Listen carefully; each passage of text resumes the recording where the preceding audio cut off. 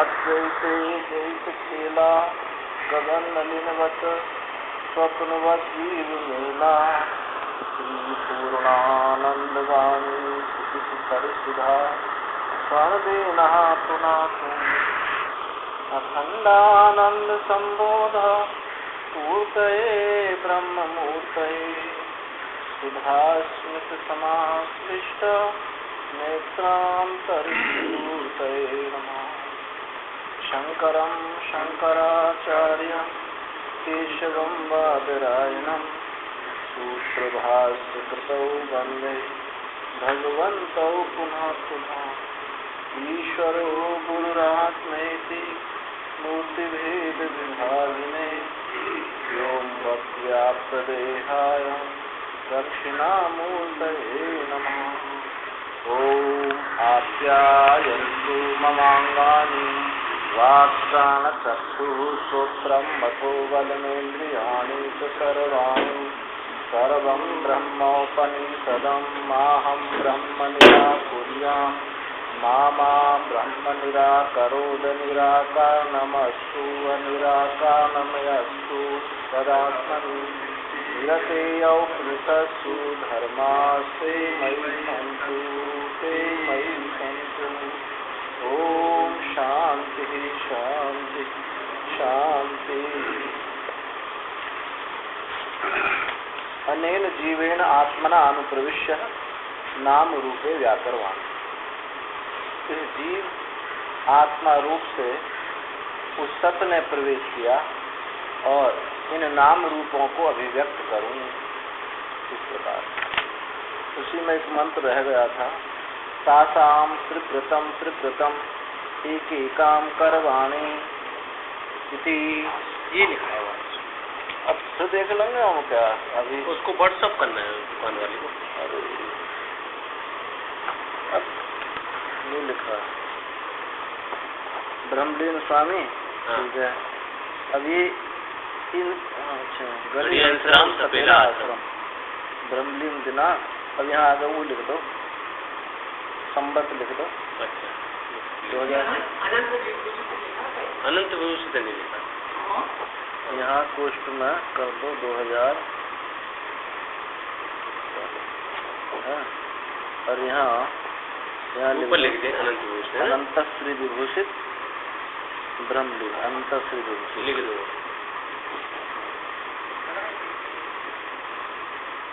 कैसी पेंसिल तुम्हारी चलती है?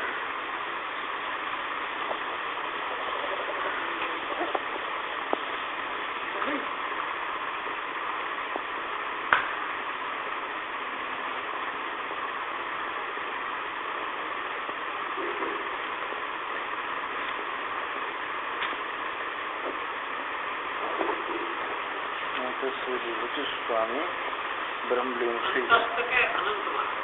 अनंत श्री अनंत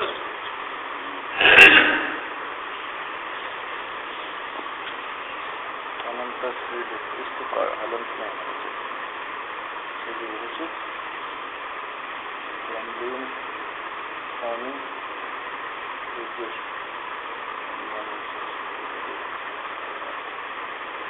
देखो ये ठीक ही है, और तो क्या बदल दिया।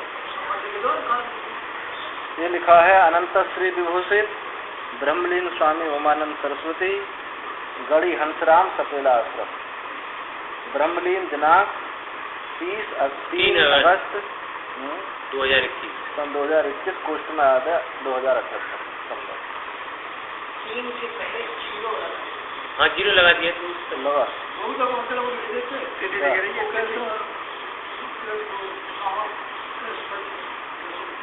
हाँ ये भी लिख दो, नीचे वाली लाइन में लिख दो। नीचे लाइन में हाँ ना ठीक है, बिल्कुल सही बात कही आपने। क्या है तिथि वो हमको तो याद नहीं। कृष्ण पक्ष दशमी क्या है? श्रावण कृष्ण पक्ष दशमी। श्रावण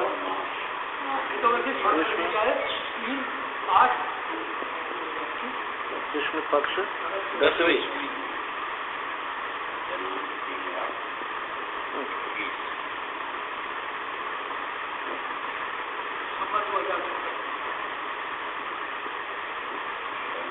सम्मत वहाँ काट दो, यहाँ काट दो।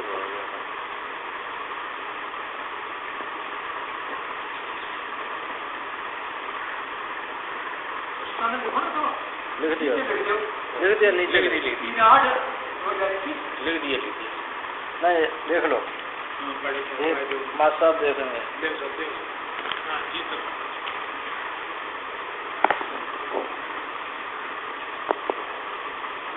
देखिए महाराज आप अरे आप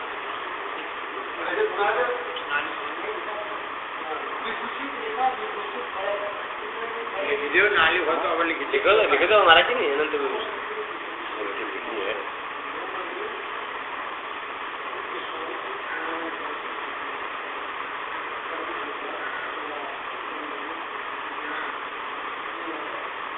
यहाँ पहले वाले ब्रह्मलीन होना चाहिए क्या? अनंत श्री विभूषित ब्रह्मलीन यहाँ नहीं होना चाहिए, नीचे लिखना जाए है ना।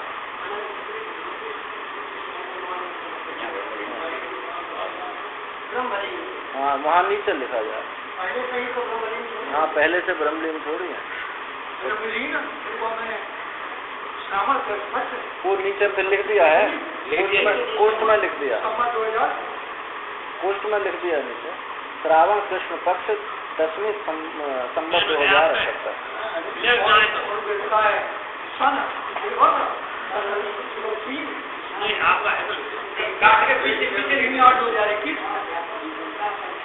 तो आप दिखाए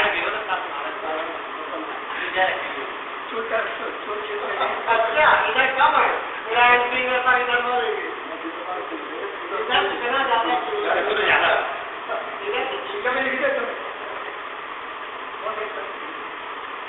आओ लिख दो आप। अच्छी बात हो। हाँ काटपीट किया था, अब सही करके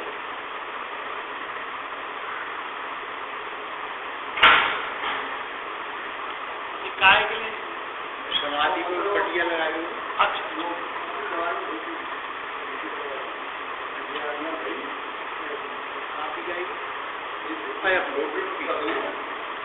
नीचे समाधि बनाई तो बाबू के लिए पटिया चाहिए।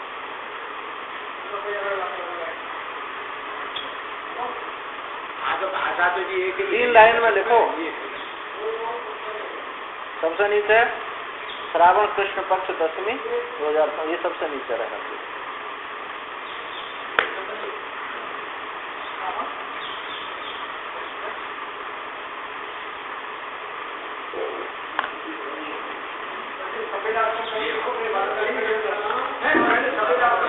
हाँ हाँ हाँ सपेला आश्रम हंसरामगढ़ी। नहीं सपेला लिखो, सपेला आश्रम हाँ गढ़ी हंसराम।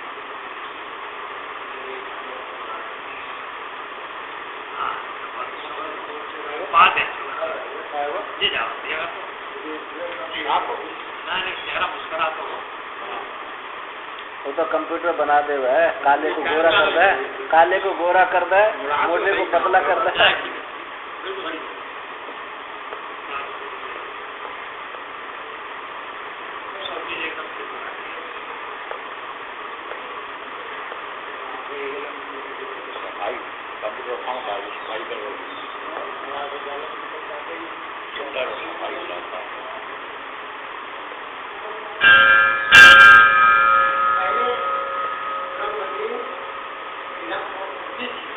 हाँ नहीं ऐसा कर दो ब्रह्मलीन और उसके बाद में संदिग्ध के कोष्ठ में आगे कर दो। जैसे हमारी राज्य जो है तो ब्रह्मलीन सबसे पहले ब्रह्मलीन अनंत श्री स्वामी इसलिए तारीख हम नीचे बता रहे हो ब्रह्मलीन हम नीचे ऊपर गए ब्रह्मलीन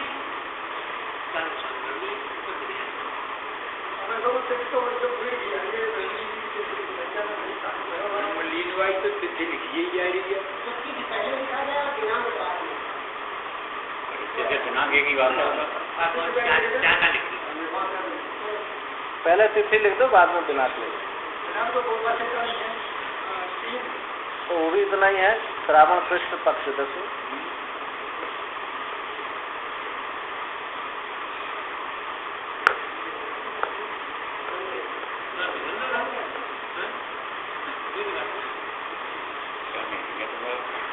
पहले वाली रुक जाती थी, वैसे तो अच्छी थी क्या।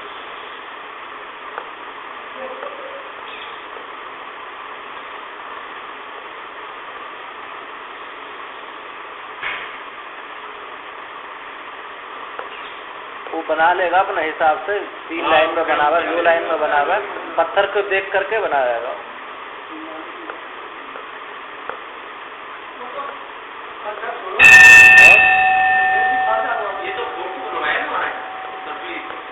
फोटो पे?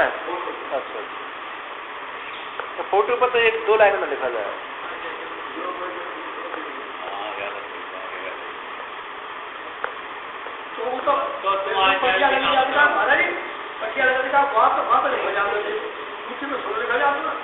क्या नीचे लिखा जाए फोटो पे? हाँ हाँ, मूर्ति का भी लिख जाती है, नीचे लिखी यार। वो जो जहाँ समाधि के जिस पर मूर्ति लगेगी ना, मूर्ति लगाई भाई, नीचे पटिया नहीं लगाई, पटिया अलग बात। तो जन्म भी लिख दो तो हाँ लिख दो, चाहता लिख दो, सब एक ही भाषा होनी चाहिए। पटिया पे लिख दो, मूर्ति लगे माँ नीचे, चलो हो गया। 78 2078।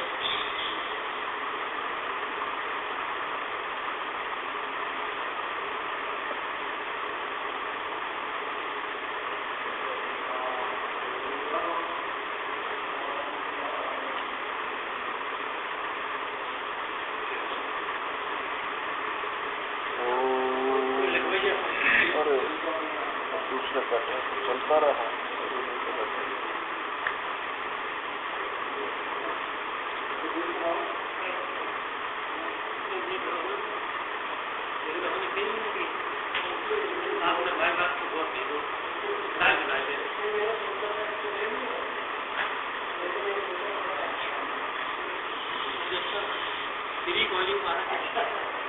सीमेंट को आया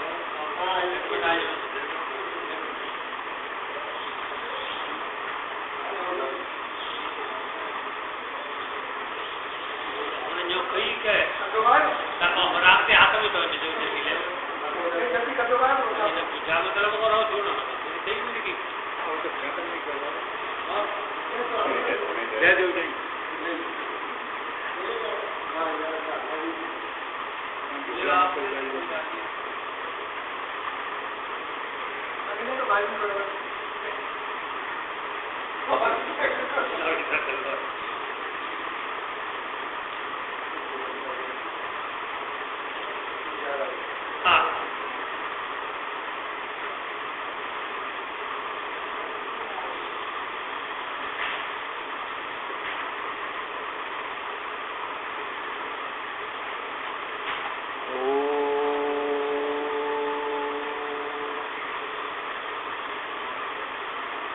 शंकरं शंकराचार्यं केशवं बादरायणं सूत्रभास्कृतौ वन्दे भगवन्तौ पुनः पुनः।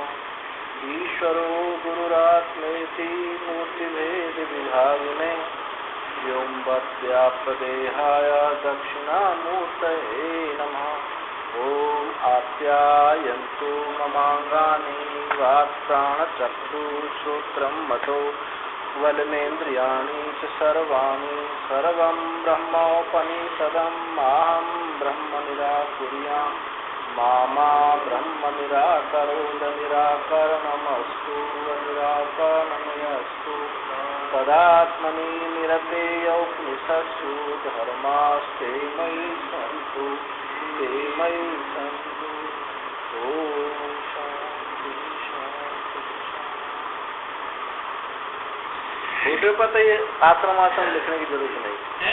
फोटो पर तो आश्रम लिखने की जरूरत नहीं। वैसे मैं समझा समाधि के ब्रह्मलीन लिखी ना है, ब्रह्मलीन या निर्वाण किस लिख जाती है? बहुत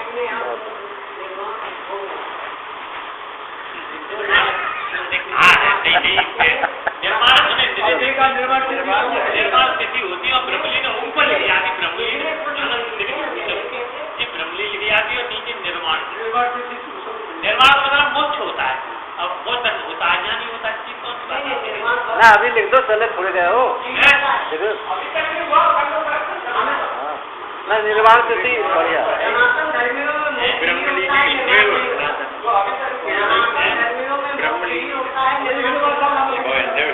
अरे योग वासिष्ठ में निर्वाण प्रकरण है पूरा।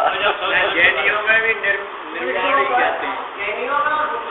अरे सब यहीं से लिया है वो, यहीं से गया है सब। लेकिन योग वासिष्ठ में निर्वाण प्रकरण है एक पूरा, निर्वाण प्रकरण। चलिए, मोक्ष भी कहते हैं, निर्वाण भी कहते हैं।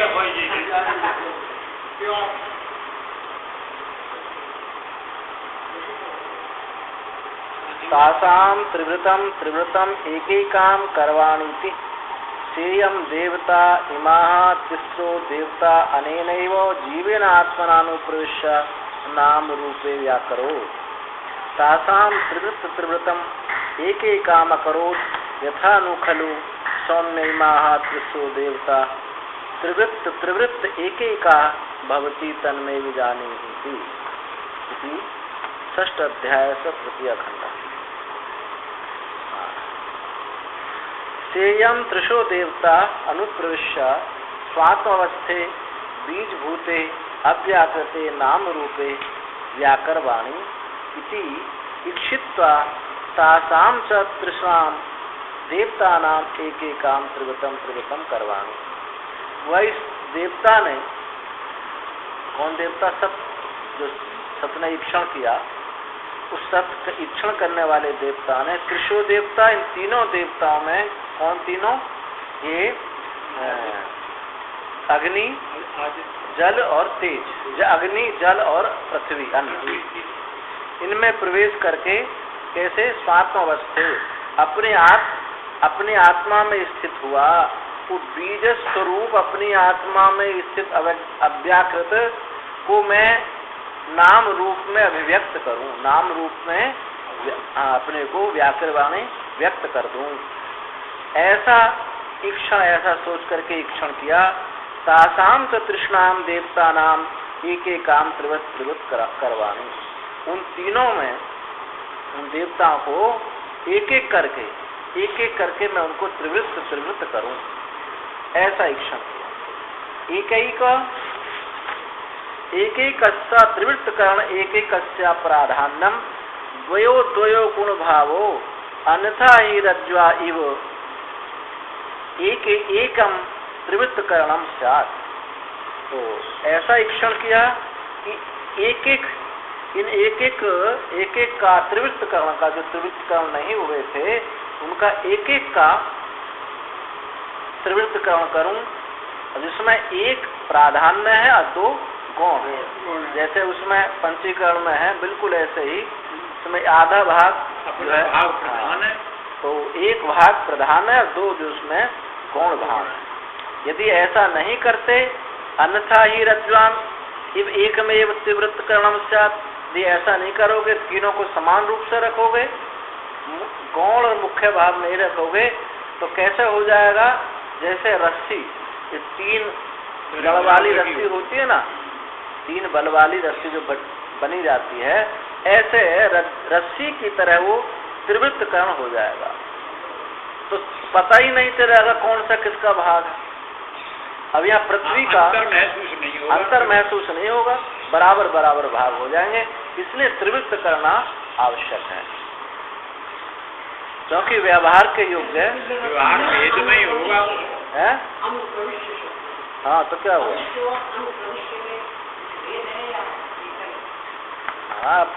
आप प्रवेश से समझ लो।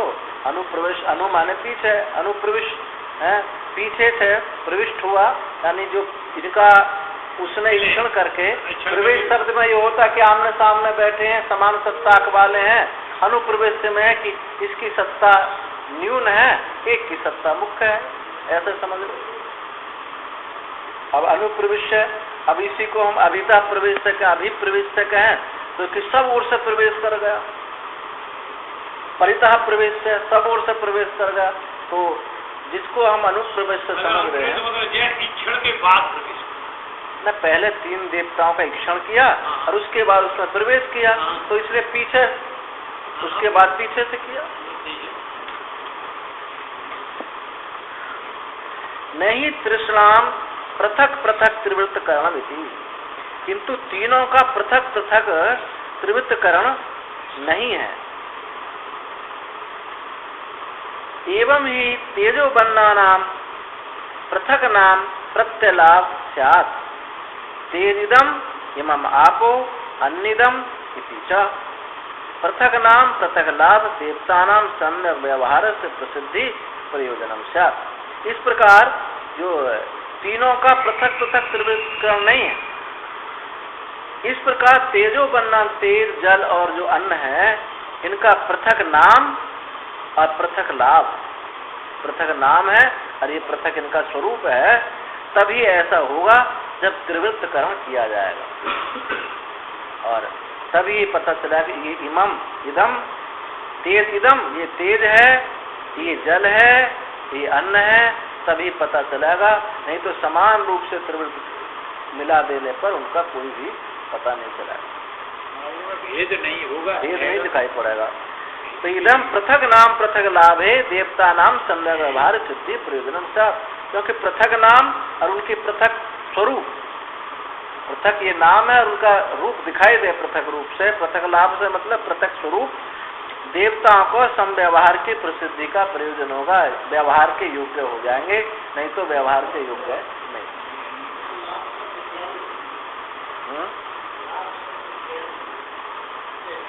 कैसा ज्ञान?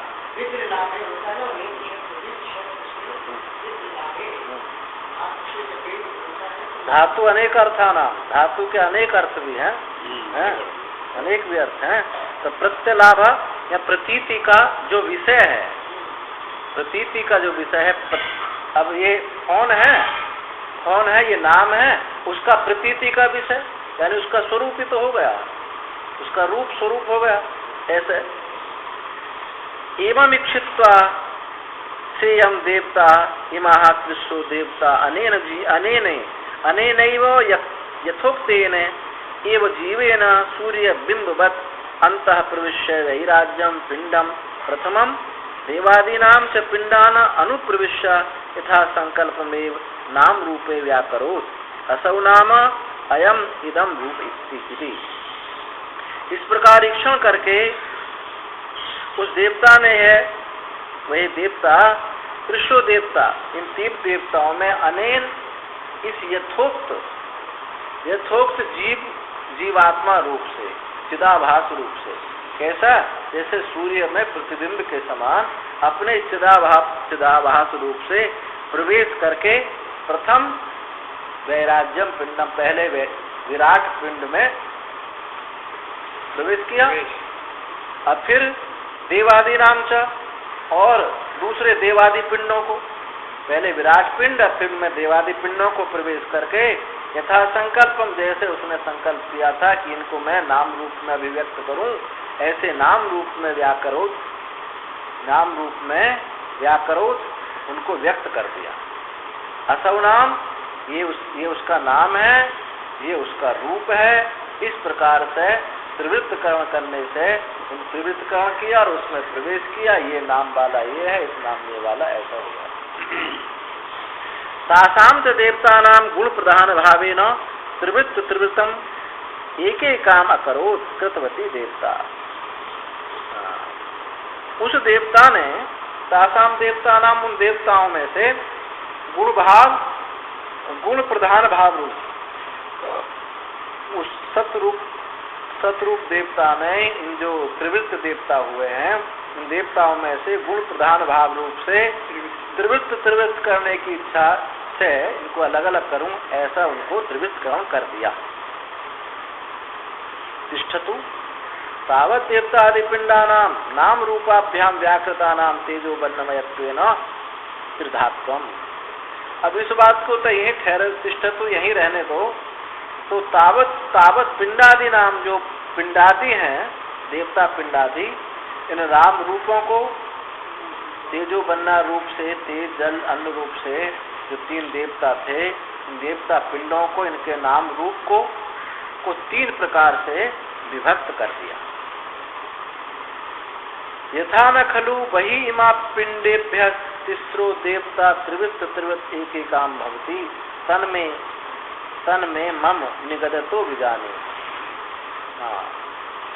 इन पिंडों से इमाहा पिंडेभ्य बहि, इन पिंडों से बाहर जो त्रिशो देवता, उन 3 देवता हैं, त्रिवृत्त त्रिवृत्त एक एक को त्रिवृत्त त्रिवृत्त किया पिंड से, और पिंड के बाहर जो 3 देवता हैं इनको भी त्रिवृत्त त्रिवृत्त कर दिया।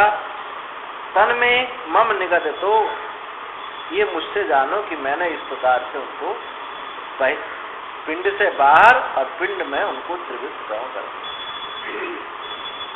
अभी खंड तो हुआ पूरा, आगे कहते हैं यदग्ने रोहितम रूपम तेजसः तद रूपम यत् शुक्लम तदपाम यत् कृष्णम तदन्नस्य अपागात् अग्ने अग्नित्वं वाचा वाचारंभणं विकारो नाम ध्येयं त्रीणि रूपाणि इति एवं सत्यम्।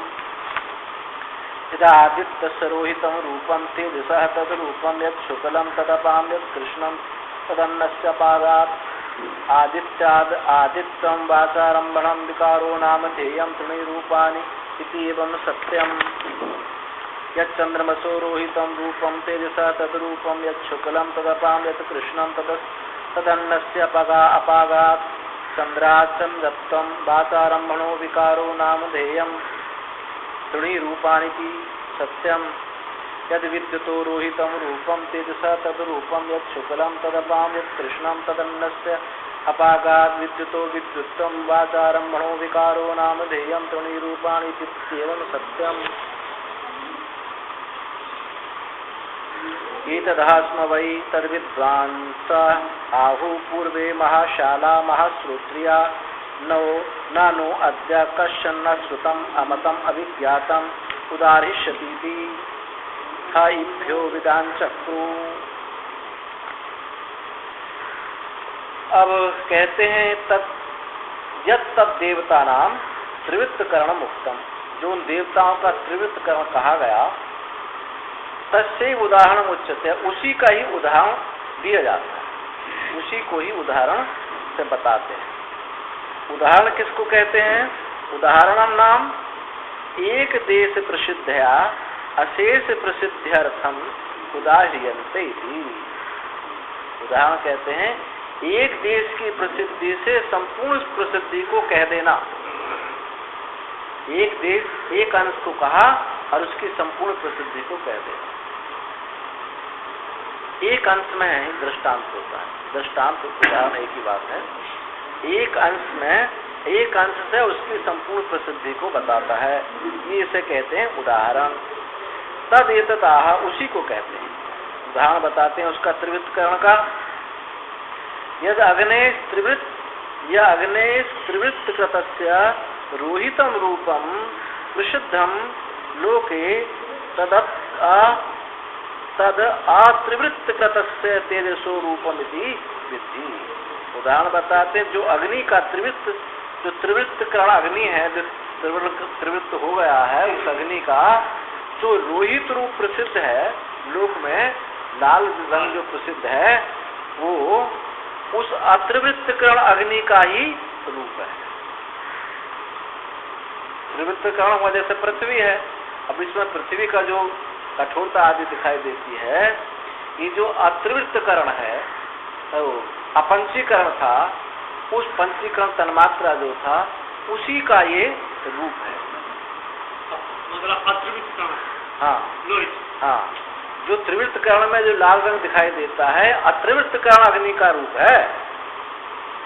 जैसे पंचीकरण में पंच महाभूतों का अलग अलग हो गया, तो जो मुख्य भाग है ना उसका, वो अग्नि का है, वो दिखाई देता है। तो इसलिए कहा कि जो लोक में अत्रिवृत्तकरण जो अग्नि है, तेज है, ये उसका ही रूप है। तथा यत् शुक्लम रूपम अग्ने एवो तद अपाम त्रिवृत्तकृतानाम यत् कृष्णम तस्य अग्ने रूपम तदन्नस्य पृथिव्या अत्रिवृत्तकृतया इति विद्धि।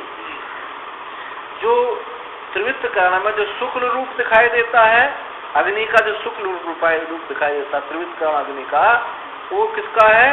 जल का है।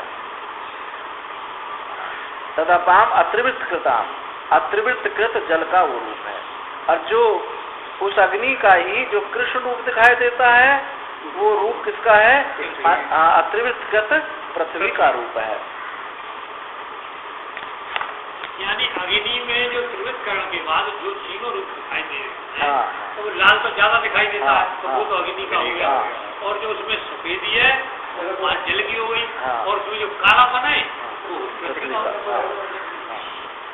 तत्रैवं सति रूपत्रय व्यतिरेकेण अग्नि की जन्मन्य से, जो वहाँ इस प्रकार होने पर रूपत्रय व्यतिरिक्त, रूपत्रय से व्यतिरिक्त जो यन्मन्य से जो तुम मानते हो,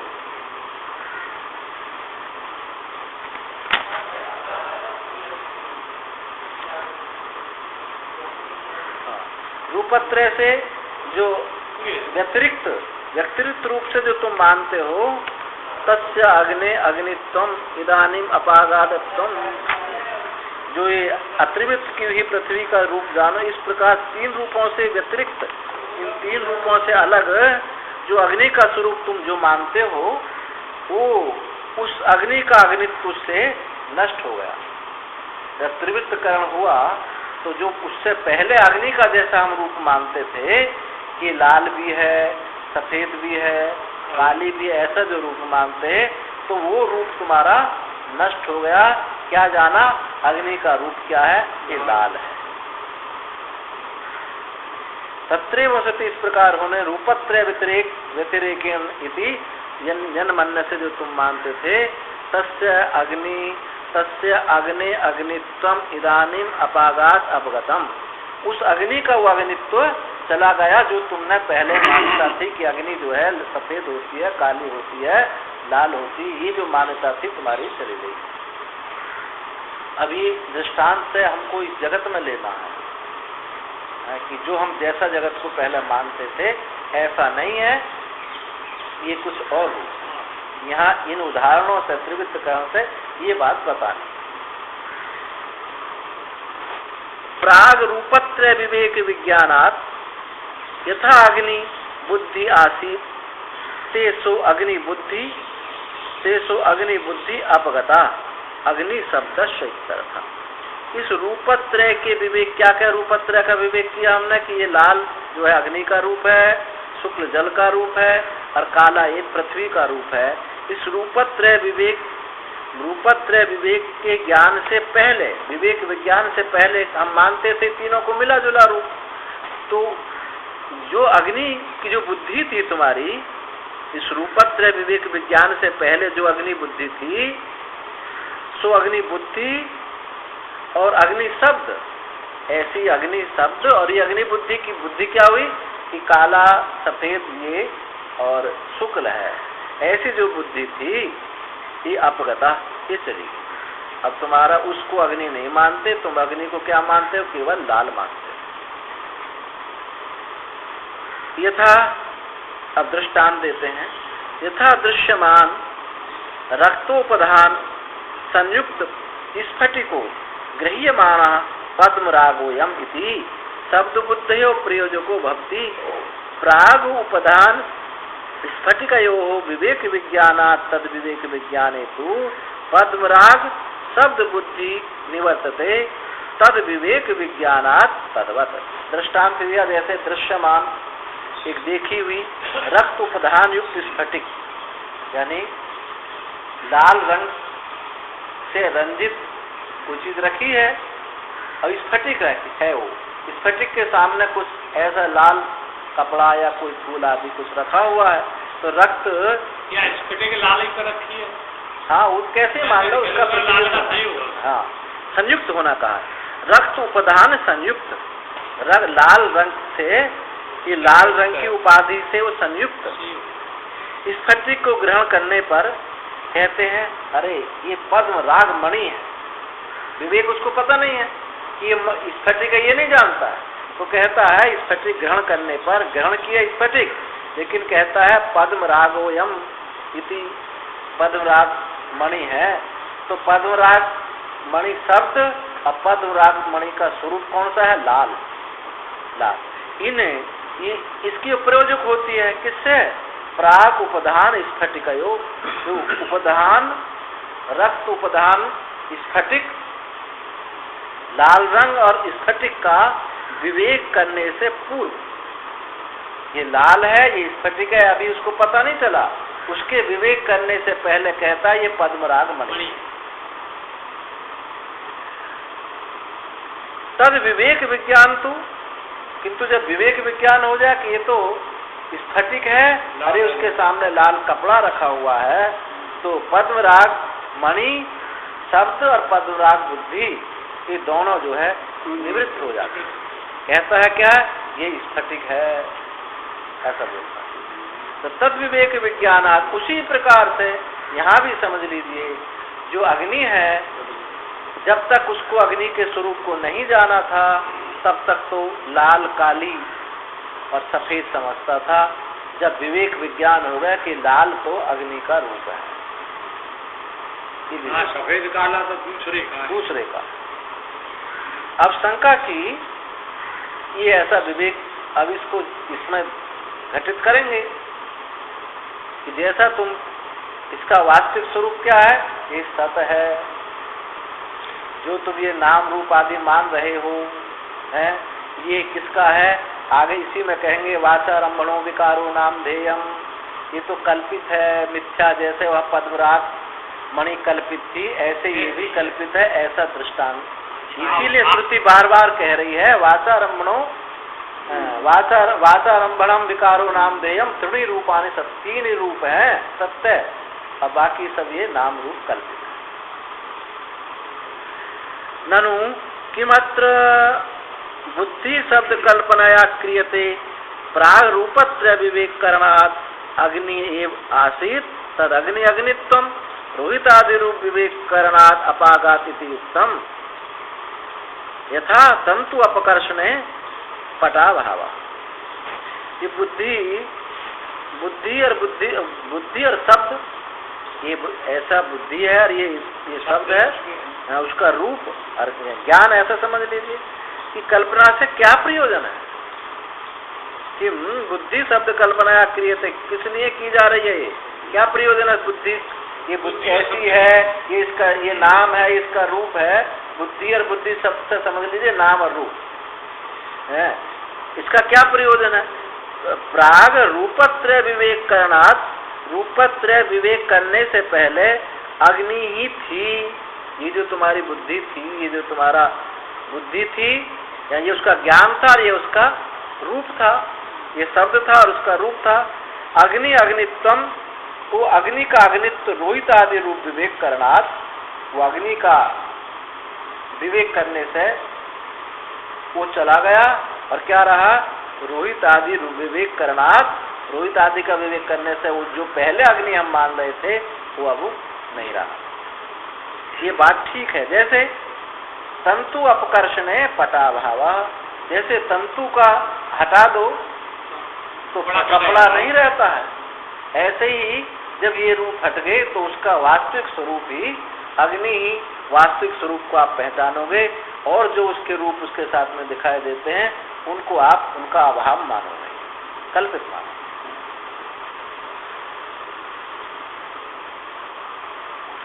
तो समाधान कहते हैं नैवम बुद्धि शब्द मात्रेव ही अग्नि यत आह वाचा आरंभणम अग्नि नाम विकारो नाम ध्येयम। इस प्रकार से बुद्धि शब्द मात्र ही अग्नि है, क्योंकि जो कहा था वाचारंभणो विकारो नाम ध्येयम, नाम मात्र ही है। ऐसी बात नहीं है, ऐसी बात नहीं है कि जो बुद्धि शब्द और बुद्धि ये जो नाम ये मात्र ही है, क्योंकि अग्नि का रूप तो क्या था? केवल लाल। इसलिए ये जो सब दिखाई देता है ये वाचारंभण ही है। हाँ,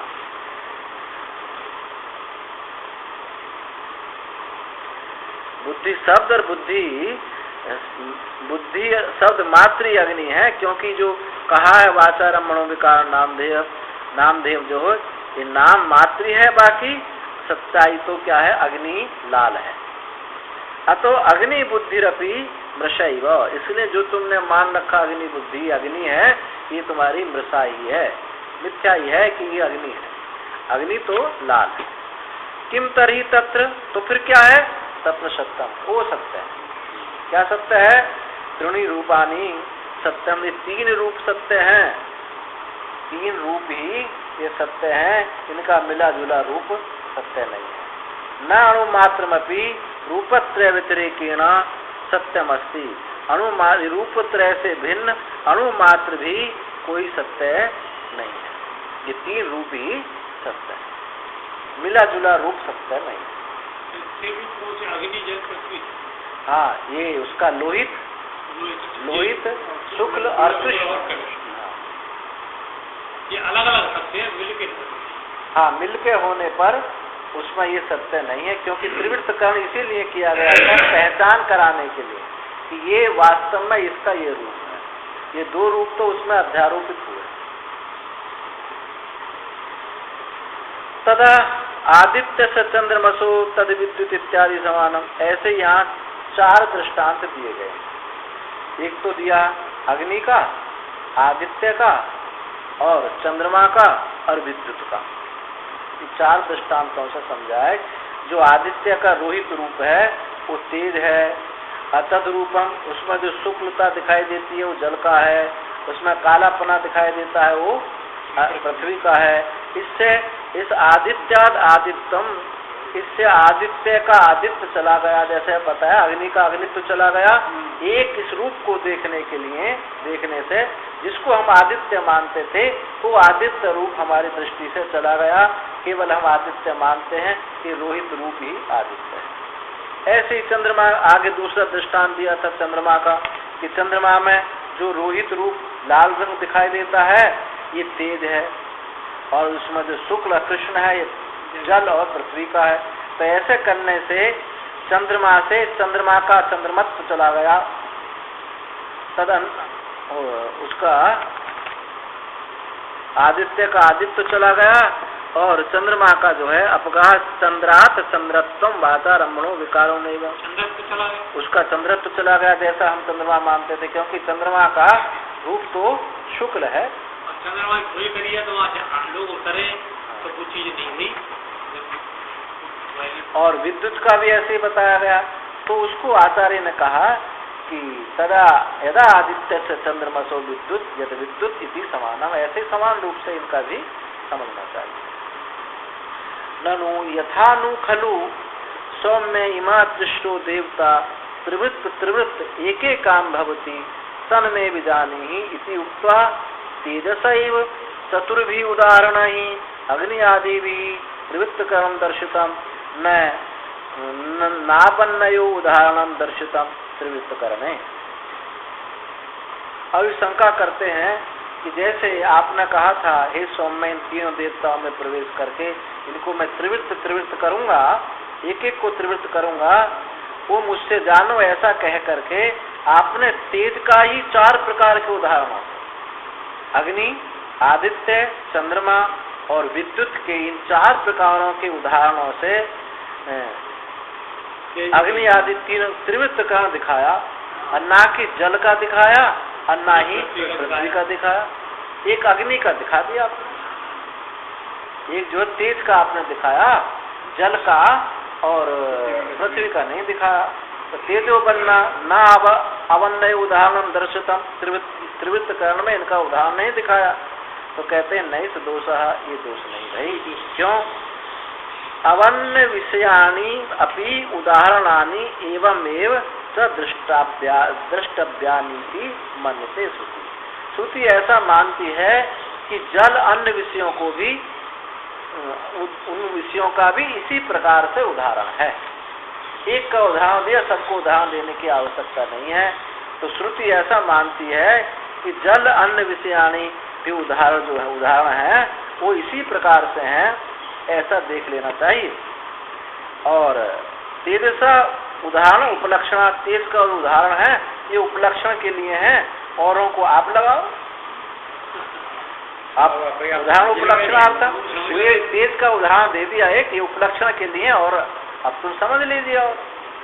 और एक बात और भी है रूपवत्वात् स्पष्ट अर्थत्व उपपत्तिश्च, क्योंकि जो रूप है, एक का जल का क्या होगा, रस होगा है, और उसका क्या पृथ्वी का क्या होगा, गंध होगा है, गंध होगा। तो गंध और रस ये सूक्ष्म है, और रूप क्या है, स्थूल है। रूप आंखों का विषय बनता है। तो रूपवत्वात् स्पष्टार्थत्व, और यह ऐसा समझ लो, रूप का दृष्टांत देने से ये स्पष्टता हमको हो जाती है, रस का दृष्टांत देने पर इतनी बात नहीं है। गंध रसयो अनुदाहरणम त्रियाणाम असंभवात, और ये भी बात है, देखो इतना सूक्ष्म है कि उनका उदाहरण देना भी बड़ा कठिन पड़ेगा। गंध रसों का अनुदाहरण त्रियाणाम, तीनों का संभव भी नहीं है। रस, गंध और रसों का अनुदाहरण, उनका जो उदाहरण देना है वो संभव भी नहीं हो पाए।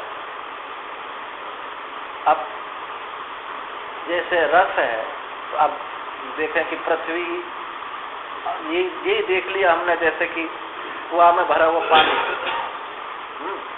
इसमें जो हमको दिखाई देगा रूप ही दिखाई देगा, रस कहाँ दिखाई देगा।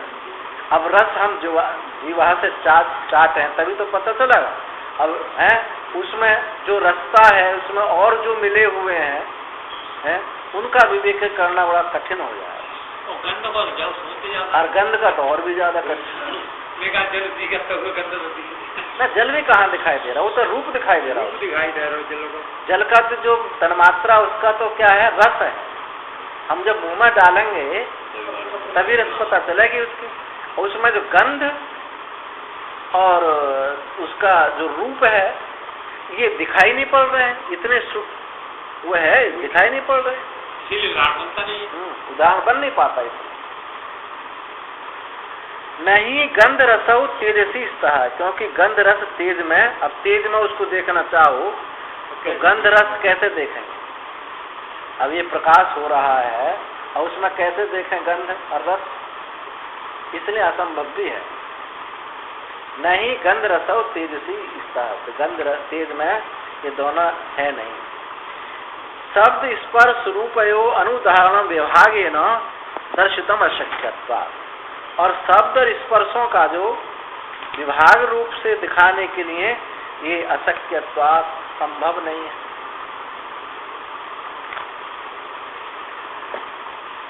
यदि सर्व जगत त्रिवृत्त कृतम इति अग्नि आदिवत त्रिणी रूपानि एव सत्यम अग्नि अग्नित्ववद अपगात जगतो जगतत्वम।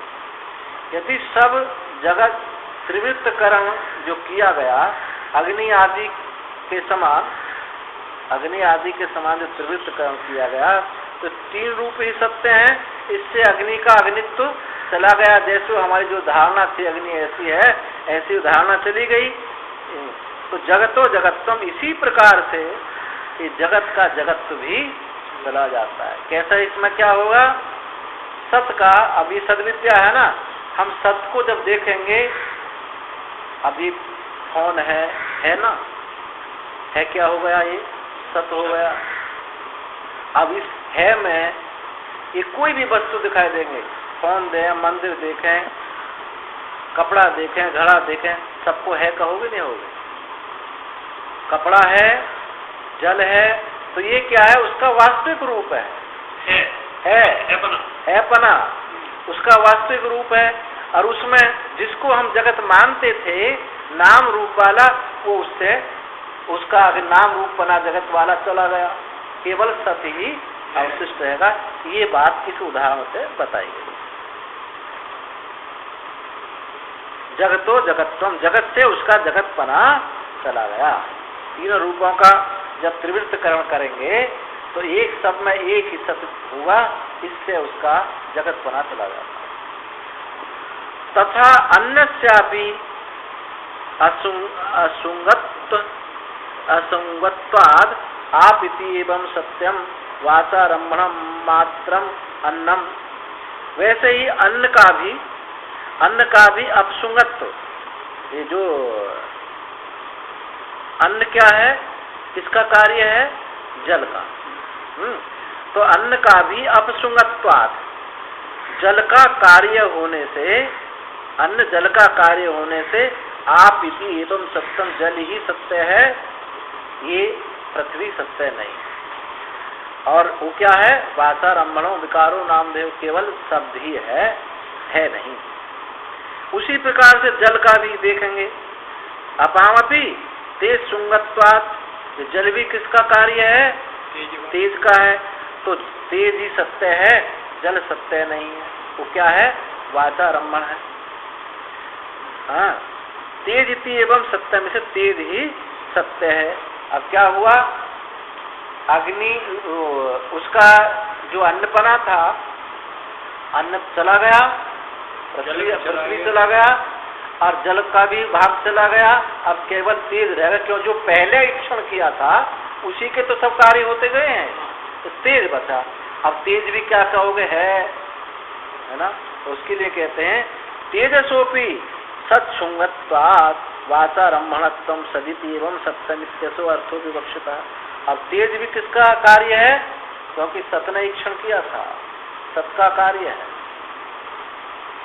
है। तो जैसे यहाँ तेज से जल रह गया, जल से नहीं, अन्न से पृथ्वी से जल रह गया, जल से तेज रहेगा, तेज से भी क्या रह गया, तेज का तेजपना चला गया, केवल सत्य रह गया। ये इसी को श्रुति ने प्रतिज्ञा की थी, सदैव सौम्यदमग्रासीत एकमेवाद्वितीयम, पहले सत्य था, फिर भी सत्य ही है। तो यही तो दिखाया जा सकता, इसको सत्कारणवाद से ही दिखाया कि जो कुछ दिखाई दे रहा है ये सत्स्वरूप ही है, नाम रूप तो वाचा रम्भण है, कल्पित है। इत्यर्थ अर्थो, यही अर्थ से विवक्षित हुआ। अब आगे कहते हैं, वायु अंतरिक्षे तो अत्रिवृत्त कृते तेज प्रवृत्तिषु अंतर्भूतत्वात् अवशिष्यते, एवं गंध रस शब्द स्पर्श अवशिष्टा इति कथम सता विज्ञानेन सर्वम अन्यद विज्ञातम भवेत् तद विज्ञाने वा प्रकांतरम वाच्यम। उन्होंने शंका की कि जो वायु आपने तीनों को लिया, पृथ्वी, जल और तेज, वायु और आकाश रह गया, नहीं लिए, तो वायु अंतरिक्षे, किंतु वायु अंतरिक्ष में त्रिवृत्तकरण नहीं किया गया, उन तीनों में ही किया गया। और तेज प्रवृत्तियों में अंतर्भूतत्वात्, इन तेज इत्यादि में ही इनका अंतर्भूत होने से, आपने कहा कि इनको इसी में अंतर्भूत कर लो, अंतर्भूत होने से, इनमें अंतर्भूत करने से अवशिष्यते, ये दोनों शेष रह जाते हैं। इनका तो आपने त्रिवृत्तकरण किया नहीं है, तो त्रिवृत्तकृत, किंतु अंतरिक्ष का त्रिवृत्तकरण नहीं किया, तेज इत्यादि में अंतर्भूत होने से, इसमें अंतर्भूत होने से वो तो अवशिष्ट बचे दोनों। हाँ, इस प्रकार गंध, रस और शब्द स्पर्श, गंध रस शब्द स्पर्श अवशिष्टा, ये बचे रह गए। गंध रस शब्द स्पर्श अवशिष्ट हुए, इति कथम, फिर इस प्रकार ये बचे रह जाने पर आप कैसे कह सकते हो कि सत विज्ञानेन, सता विज्ञानेन, सत्य के विज्ञान से ही सब अन्य जो अन्न है वो सब जान लिया गया। एक सत्य के विज्ञान से जान लेने से सब जान लिया गया। आपने अंतरिक्ष और वायु की तो इसमें कोई चर्चा करी नहीं। तो ये होना चाहिए था, तेज जो है वायु में जाना चाहिए, वायु को सब कहना, और वायु जो है आकाश में जाने, उनको कहना चाहिए था। आपने सीधा कह दिया कि सत्य के विज्ञान से ये समझ लेना चाहिए कि सत्य से तेज अंग उत्पन्न हुआ। सता विज्ञातेन सर्वम अन्यद अविज्ञातम विज्ञातम, जो नहीं जाना गया था वो सत्य के विज्ञान से सब जान लिया गया। ऐसा हो गए असद विज्ञान है, अथवा ऐसे कहो तद उसके विज्ञान में कोई दूसरा प्रकार कहना चाहिए, या तो इनको कहो या फिर कोई और दूसरा प्रकार कहो। आज सीधा सीधा सत्य का विज्ञान से सब जान लिया गया, ये तो उचित नहीं दिखाई पड़ता। तो कैसे नैष दोष है, ऐसी बात नहीं है, इसमें कोई दोष नहीं है। रूपवत द्रव्य सर्वस्व दर्शना, क्योंकि रूपवान द्रव्य में ही सबको सब देखते हैं। जो अरूप वस्तु है उसमें कि ना किसी की रुचि होगी और ना कोई देख पाएगा। इसलिए रूपवान में है। रूपवान क्या है? तेज है। ऊपर जो वायु है और आकाश है उनमें तो रूप है नहीं। तो अंतरिक्ष तो रूपवद द्रव्य में सर्वस्व दर्शना, सबका देखा जाता है। कथम तेजसी तावत रूपवती शब्द स्पर्शयोपि उपलम्भात वायु अंतरिक्षयो तत्र स्पर्श शब्द गुणवतो सद्भावो अनुमीयते तथा अवन्नयो रूपवतो रसगंध गंध अंतर्भाव इति। जो रूपवान तेज है, रूपवान तेज में शब्द स्पर्शों की भी उपलम्भात, उसको भी स्वीकार कर लिया जाता है, क्योंकि आकाश और वायु दिखाई नहीं देते। हाँ, तो उनको भी इस रूप में ही अंतर्भाव करके लो। उनको दृष्टांत से वो समझना बड़ा कठिन हो जाएगा। तो रूपवान जो क्या है, तेज रूपवान में ही शब्द और स्पर्शों का भी उपलम्भात, उनकी भी उपलब्धि वहाँ हो जाती है। अंतरिक्ष और उसी में ये वायु और अंतरिक्ष की भी उपलब्धि, क्योंकि उसी के तो गुण है दोनों। तत्र स्पर्श शब्द गुणवत्तो सद्भावो अनुमीयते, इसलिए वहाँ शब्द स्पर्श और शब्द किसके गुण हैं? वायु और अंतरिक्ष के। वो गुण भी, उनका भी सद्भाव का वहाँ अनुमान कर लेना चाहिए कि ये भी वहाँ है। तथा अवन्नयो रूपवतो जल और अन्न, ये क्या है? रूपवान है। तो रस गंध अंतर्भाविति, रस गंध का भी इसमें अंतर्भाव हो जाता है।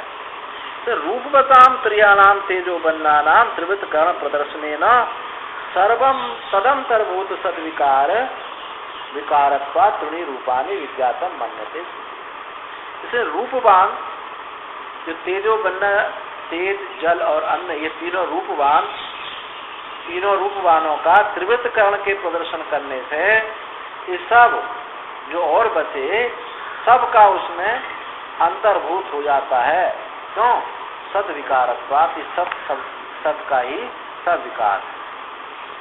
त्रिणी एव रूपानि विज्ञातम मन्यते श्रुति, इसने तीन रूपों को का ही विज्ञान श्रुति मानती है। उन दो रूपों को इसी में अंतर्भाव मानते हैं।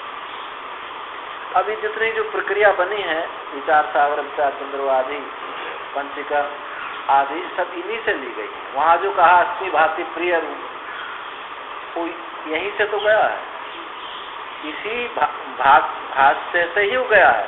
क्योंकि सब में सत अनिश्चित है मालूम पड़ता है। तो ये था लोक भाषा में उसको जो हमको ज्यादा समझ में आ रहा है उस ढंग से उसको समझा, पर मूल तो यही है। नहीं मूर्त रूपवद द्रव्यम प्रत्याख्याय वायु आकाशयो तद्गुणयो गंध रसयो वा ग्रहणम अस्ति। क्योंकि जो मूर्त रूपवान जो दृश्य है, जो रूपवान दृश्य है, उसका खंडन करके अर्थात उसको हटा करके छोड़ करके वायु आकाश और उनके गुणों का, गंध रसों का, उनका ग्रहण करना बनता नहीं। इस रूपवान को छोड़ करके हम अलग कुछ देखना चाहें स्पर्श में तो हम कैसे देख पाएंगे? इसलिए रूप का दृष्टांत पहले ये रूप का लेना चाहिए। तो रूपवान मूर्तिवान, क्योंकि रूप क्या है? मूर्तिवान है। इसको छोड़ करके वायु आकाश के जो गुण है, स्पर्श और शब्द, इनका ग्रहण संभव नहीं है। इसलिए यही उचित है कि रूप के माध्यम से उनकी भी आप इसमें परिकल्पना कर लो, क्योंकि ये जैसे भूत हैं ऐसे वो भी भूत हैं। अथवा ऐसे समझ लो, रूप बतामपि त्रिवृत्तकरण प्रदर्शनार्थम मन्यते श्रुति, अथवा रूपवान का ही, रूपवान के ही प्रदर्शन करने के लिए ये त्रिवृत्तकरण किया था। व्यवहार के योग्य जो होगा वो रूपवान होगा। उनके तो वो तो रूप व्यवहार के योग्य होगा नहीं ऐसा। तो रूपवताम रूपवानों का ही त्रिवृत्तकरण प्रदर्शन करने के लिए श्रुति ऐसा मानती है। यथा तो त्रिवृत्त कृते त्रिणी रूपाणी एवं सत्यम, और त्रिवृत्त करने पर, जैसे त्रिवृत्त करने पर ये 3 रूप ही सत्य हैं, ऐसा जाना। ऐसे ही जैसे 3 रूप सत्य है, ऐसे ही पंचीकरणे भी समानो न्याय भी, इसी प्रकार पंचीकरण में भी मान लो, पंचीकरण में भी ये समान न्याय है, समान ही युक्ति है। अतः सर्वस्व सद विकारत्वात्, इसलिए पंचीकरण रूप से मानो, त्रिवृत्तकरण रूप से मानो, सबका सद विकारत्वात्, सब सबका ही विकार है। सता विज्ञातेन सर्वम इदम विज्ञातम स्यात्, उस सत्य के विज्ञान से ही यह सब विज्ञात होगा। एक सबको जान लिया तो सब जान लिया। कहो कि नाम रूप वाचारंभणो विकारो नाम, तो वाचारंभण है, इनकी कोई सत्यता नहीं, इसलिए कुछ नहीं हुआ।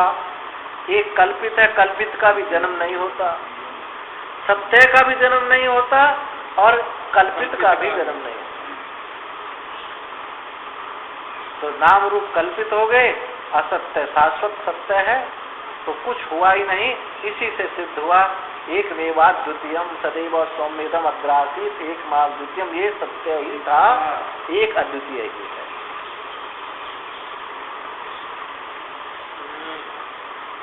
सत्य ही था, सत्य ही है, सत्य ही रहेगा। सद एकमेवा द्वितीयम सत्यमिति सिद्धम, इसे सद एक अद्वितीय है, सत्य है, ये सिद्ध होता है। तद एकस्मिन् सति विज्ञाते सर्वमिदं विज्ञातम भवति, इसलिए ठीक ही कहा है कि एक के विज्ञान होने पर सबका विज्ञान होता है। जो श्रुति ने कहा, जिसके सुनने से अश्रुत भी श्रुत हो जाता है, मत भी मत हो जाता है, ये बात प्रसिद्ध है।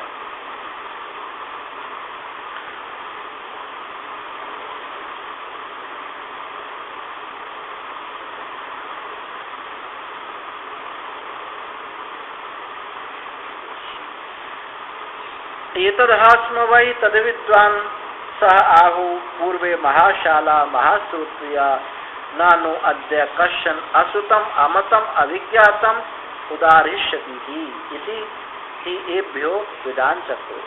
पूर्व में जो पूर्व के महाशाल महाश्रोत्रिय विद्वानों ने ऐसा ही कहा है कि हमारे में से कोई अश्रुत नहीं है, अमत नहीं है, हमको अभिज्ञात नहीं है, सब हमको विज्ञात है। कोई ऐसा उदाहरण नहीं दिया देगा। तो एतद विद्वांसो विदितवन्तः, इस त्रिवृत्तकरण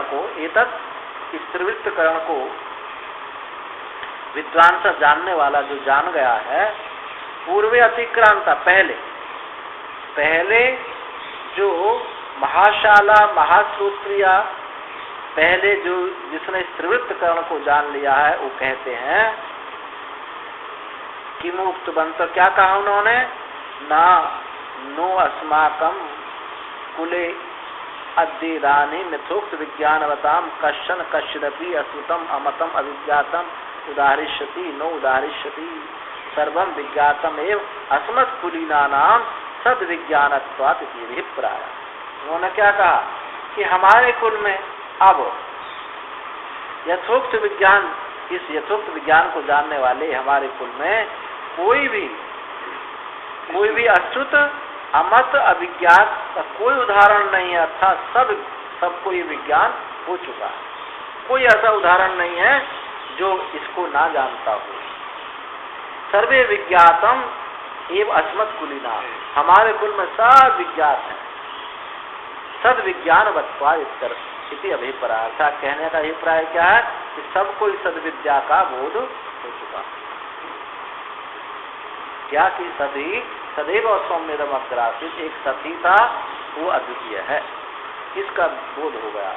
ते पुनः कथम सर्वम विज्ञात बनता, वे फिर किस प्रकार से विज्ञात बंत, कैसे जाना था, उन्होंने कैसे जाना विज्ञात बंत हुए। कहते हैं एभ्य त्रिभ्यो रोहित आदि रूपेभ्य त्रिवृत्तकृतेभ्यो विज्ञातेभ्य सर्वमपि अन्नच्छिष्टम एवं एव इति विद्वान शत्रु विज्ञातवंतो यस्मात् तस्मात् सर्वज्ञा एव तद विज्ञानात् तद आहु इति इत्यर्थ। किम पुनः फिर वो कैसे जाने, तो कहते हैं एभ्य, इन तीन, ये कौन कौन से, रोहित, ये रोहित आदि रूप जो है, रोहित, शुक्ल और कृष्ण, रोहित आदि रूप से इन त्रिवृत्तकृत हुए रोहित आदि के विज्ञान से सर्वमपि अन्नत, सब अन्य भी जो अवशिष्ट बच गए हैं, यानी रोहित आदि के विज्ञान से अलग भी जो कोई बच भी गए हैं, वो भी विज्ञान चक्षु, उन्होंने उसको भी जान लिया। इन तीन त्रिवृत्तकरण के विज्ञान से उनको भी जान लिया, वो भी शेष लिए उनको भी जान गए हैं। इसलिए सर्वज्ञ एवं सद विज्ञान, इसलिए वो सर्वज्ञ है, उस सद के विज्ञान से सब सर्वज्ञ है, ऐसा वो कहते हैं महाश्रुति या महाशाला। अथवा ऐसे समझे एभ्यो विधान चक्रु इति अग्नि आदिभ्यो दृष्टांतेभ्य विज्ञातेभ्य, अथवा ऐसे समझ लें इन एभ्य से ये अग्नि, जल और जो पृथ्वी बताए थे, इन अग्नि आदि के दृष्टांत से वो अग्नि आदि के दृष्टांत के विज्ञान से वो जान गए, औरों को ना लेकर के इतने से ही वो जान गए। सर्वम अन्नद विद्वान चतुर, सब जो है अन्य भी अन्य को भी वो जान गए। तो इससे ये सिद्ध हुआ कि केवल एक सत्य ही है, यही उसका विज्ञान। कथम यदु रोहितम इव अभूदिति तेजसः तद रूपमिति तद विद्वान चक्रु, यदु शुक्लम इवं अभूदिति अपाम रूपमिति तद विद्वान चक्रु, यदु कृष्णम इव अभूदिति अन्नस्य रूपमिति विद्वान चक्रु। जो रोहित जैसा हुआ ये तेज का रूप है, ऐसा जाना। जो शुक्ल जैसा रूप हुआ है ये जल का है, और कृष्ण जैसा हुआ ये अन्न का है, ऐसा उन्होंने जाना। तो कैसे जाना, यद अन्य रूपेण संदीयमाने कपोत आदि रूपे, कबूतर आदि का जो रूप है, कपोत आदि के रूप में संदिग्ध होने पर, संदेह होने पर, जो रोहित सा जो ग्रहण किया गया है, काला लाल सा, वो क्या है, वो अग्नि का रूप है। अब अन्य के ले रहे हैं ना, तीनों मतें बता दी, लेकिन इनसे बने हुए सब जो हैं, जितने पशु पक्षी हैं, पेड़ पौधे हैं, नदियां, समुद्र, उनमें भी तो तीन रूप हैं।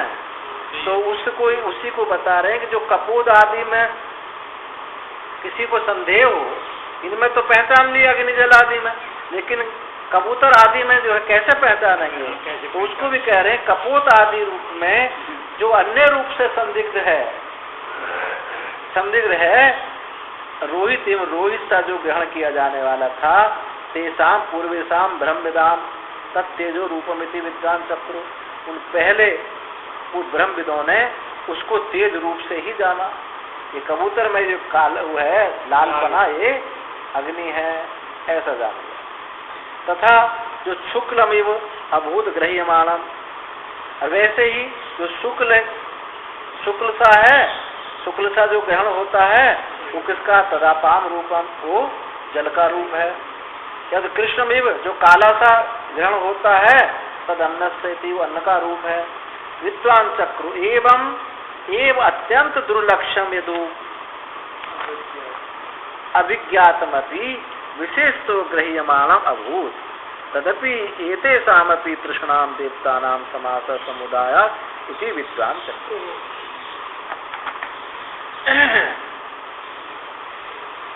जो ऐसा उन्होंने जाना, इस प्रकार अत्यंत दुर्लक्ष्य, अत्यंत कठिनता से जाने जाने वाला जो भी अविज्ञात सा है, जो भी अविज्ञात सा है, वो विशेष रूप से अग्रह्यमान, विशेष रूप से ग्रहण नहीं होता कि ये चीज है, ऐसा विशेष रूप से ग्रहण हुआ था, उसको भी इन देवताओं के त्रिवृत्तकरण के रूप से, इस त्रिवृत्तकरण की प्रक्रिया से त्रिशाम देवतानाम समास, इन तीन देवताओं को समुदाय इकट्ठा करके उन्होंने जान लिया ये अग्नि है, ये जल है, ये पृथ्वी है। एवं तावत बाह्य वस्तु अग्नि आदिवत विज्ञातम, इसी प्रकार से बाह्य वस्तु अग्नि आदि के समान ही उनको सब बाह्य वस्तु का भी अग्नि आदि के समान उनको ज्ञान हो गया कि तीन रूप ही ये सत्य है। अब तीन रूप में भी जो फिर आगे पहले बता दिया कि अग्नि वाचारंभन है, उसमें जल सत्य है, जल भी वाचारंभन है क्योंकि तेज सत्य है, तेज भी वाचारंभन है क्योंकि सत कार्यत्व। तथा इदानीम अभी अब यथा न खलु हे सोमना इमा यथा त्रिशो देवता पुरुषः शिरपाणि आदि लक्षणम कार्यकरण संघातम प्राप्त पुरुषेण उपयुज्यमानाः त्रिवृत्त त्रिवृत्त एक एकाम भवति तन्मे विजानी ही निगतर इति उक्ता। ऐसे ही हे सौम्य पूर्वोक्त तीन देवता जो बताए थे,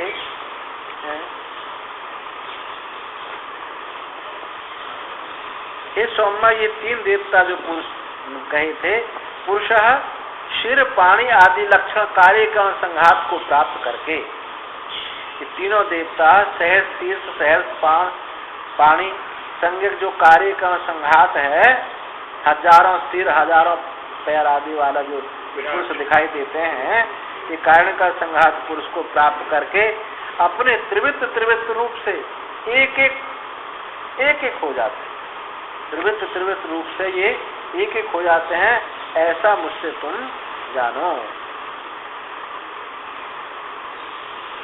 तन में भी जानी ही निगतता इत्युक्ता, ऐसा कहा कि इस प्रकार से तुम ये पुरुष में भी इस त्रिवृत्तकरण को तुम जानो। जो पुरुष शरीर दिखाई देते हैं इसमें भी त्रिवृत्तकरण है, इसको भी तुम, इसमें भी तेज अग्नि और जल, इसमें भी त्रिवृत्तकरण हुआ है, इससे तुम यहाँ भी समझो। यथा अन्नमसितं त्रिधा विधीयते तस्य य स्थिविष्टो धातु तत्पुरुषं भवति यो मध्यमस्तनमान यो अनिष्ठस्तनमनः। कहते हैं कि अन्नसितम जो खाया हुआ जो अन्न है, त्रिधा विधीयते तीन प्रकार से विभक्त हो जाता है। जठराग्नि के द्वारा जो पचाया गया हुआ जो अन्न है, जो हमने अन्न खाया है, ये तीन प्रकार से विभक्त हो जाता है, जल तेज और अन्न रूप से। तो कैसे विभाजित होता है, कथम कैसे? तस्य अन्नस्य त्रिधा विधीयमानस्य, इस खाए हुए अन्न का तीन प्रकार से विधीयमान किए जाने वाले का जो स्थूल भाग, जो अन्न खाया हमने, जो स्थूलतम है, स्थूलतम धातु है, स्थूलतम तमम वस्तु विभक्तस्य स्थूलो असह तत्पुरुषम भवति। जो खाए हुए अन्न का जो है स्थूल भाग है, वो मल होकर के निकल जाता है, स्थूल भाग। यो मध्यम अंशो, जो मध्यम अंश है धातु अन्न का, उस अन्न की धातु का जो मध्यम अंश है, वो रस आदि क्रमेण परिणम्य मांसम भवति। रस आदि के क्रम से वो मांस में परिणित हो जाता है, मध्यम भाग। और जो अनिष्ट अनुतम धातु, जो बहुत सूक्ष्म धातु है, वह ऊर्ध्वम हृदय, ऊपर हृदय को प्राप्त होकर के हृदय प्राप्य सूक्ष्मासु हिताख्यासु नाडीसु अनुप्रविश्य वागादिकं संघातस्य स्थितम् उत्पाद्यन मनो भवति, मनो रूपेण विपरिणम मनसम उपचयम करोति। जो उसका जो अनुभाग है, सूक्ष्म भाव है,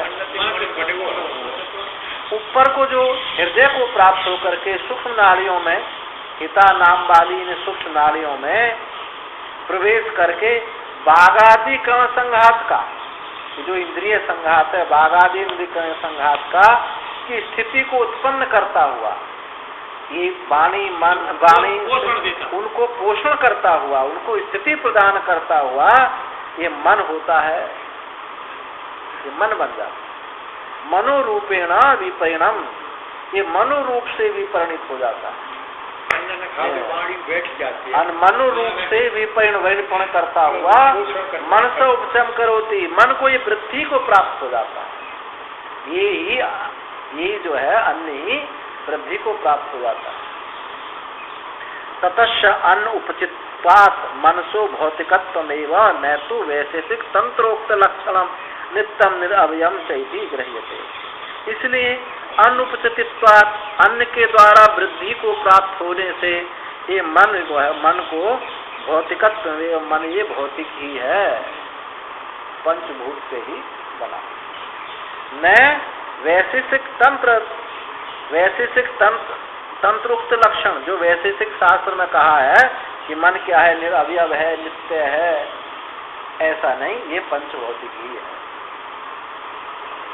इति गृह्यते, वैशेषिक तंत्र उक्त लक्षण नित्यम निरवयम चेति गृह्यते, ऐसा नहीं ग्रहण किया जाता। यद्यपि मनुवस्य देवम चक्षु इति वक्ष्यति, आगे ऐसे श्रुति है क्या, लिखा है इसमें क्या? यद्यपि मनुवस्य देवम, क्या लिखा है इसमें गीता प्रश्न 8-12-5 छंदोग्य। यद्यपि मनुवस्य देवम चक्षु इति, जो ये मन है, इस देवम चक्षु, ये देव चक्षु है, मन इसका, इस परमेश्वर का ये मन है, ये देव चक्षु है, ऐसा कहा है। तदपि न नित्यत्व अपेक्षा, ये भी ऐसा कहा जाने पर भी ये भी न नित्यत्व की अपेक्षा से नहीं कहा गया है। उस परमात्मा का ये मन देव चक्षु है, ये नित्यत्व की अपेक्षा से नहीं कहा गया है। किम तरी, तो कैसा कहा गया है? सूक्ष्म व्यवहित विकृष्टादि सर्वेन्द्रिय विषय व्यापकत्वात् अपेक्षा, इस दृष्टि से कहा कि सूक्ष्म वस्तु को देख लेता है, सूक्ष्म व्यवहित विकृष्ट दूर और पास की वस्तुओं को ये देख लेता है। सर्वेन्द्रिय विषय व्यापक, सब इंद्रियों के विषयों में ये व्यापक है। आंख में भी मन है, कान में मन है, सब में ये मन है। विषय व्यापक होने की अपेक्षा से इसको देव चक्षु कहा है, पर ये नित्य है, ऐसी दृष्टि से नहीं कहा गया। यच्च अन्य इंद्रिय विषय अपेक्षा नित्यत्वम, अन्य इंद्रियों की विषय की अपेक्षा से ये नित्यत्व है। जितनी देर मन काम कर सकता है, इतनी देर आँख काम नहीं कर सकती। मन स्वप्न में भी काम करता है, जागृत में करता ही है, स्वप्न में भी करता है। तदपि आपेक्षिकम एविति, इसलिए उसका आपेक्षिक ही हमको कहा जाएगा। आपेक्षिकम इति वक्ष्यामः, ऐसा हम आगे बताएंगे कि मन जो है ये आपेक्षिक ही है, नित्य नहीं। सदम एक मेवा द्वितीय श्रुति ही, सत एक अद्वितीय ही है, बस परमात्मा ही एक अद्वितीय सत्य ही है, बाकी कोई सत्य नहीं। तथा अपह पीता श्रद्धा विधीयन्ते तासाम या स्थविष्टो धातु तन मूत्रम भवति, जो जल पिया जाता है ये भी 3 प्रकार से विभक्त हो जाता है। उनमें जो स्थविष्ट यानी स्थूल भाग है वो तो क्या मूत्र बन के निकल जाता है। यो मध्यम तल लोहितम भवति, वो रक्त हो जाता है। मध्यमा तल लोहितम भवति, रक्त हो जाता है। यो अनिष्ट स प्राणो भवति, जो अनिष्ट सूक्ष्म है वो प्राण बन जाता है। इसलिए प्राण जल से है प्राण। वक्षति आगे कहेंगे भी, श्रुति आगे कहेगी भी कि आपो मयः प्राणो न पिबतो विच्छेदते इति।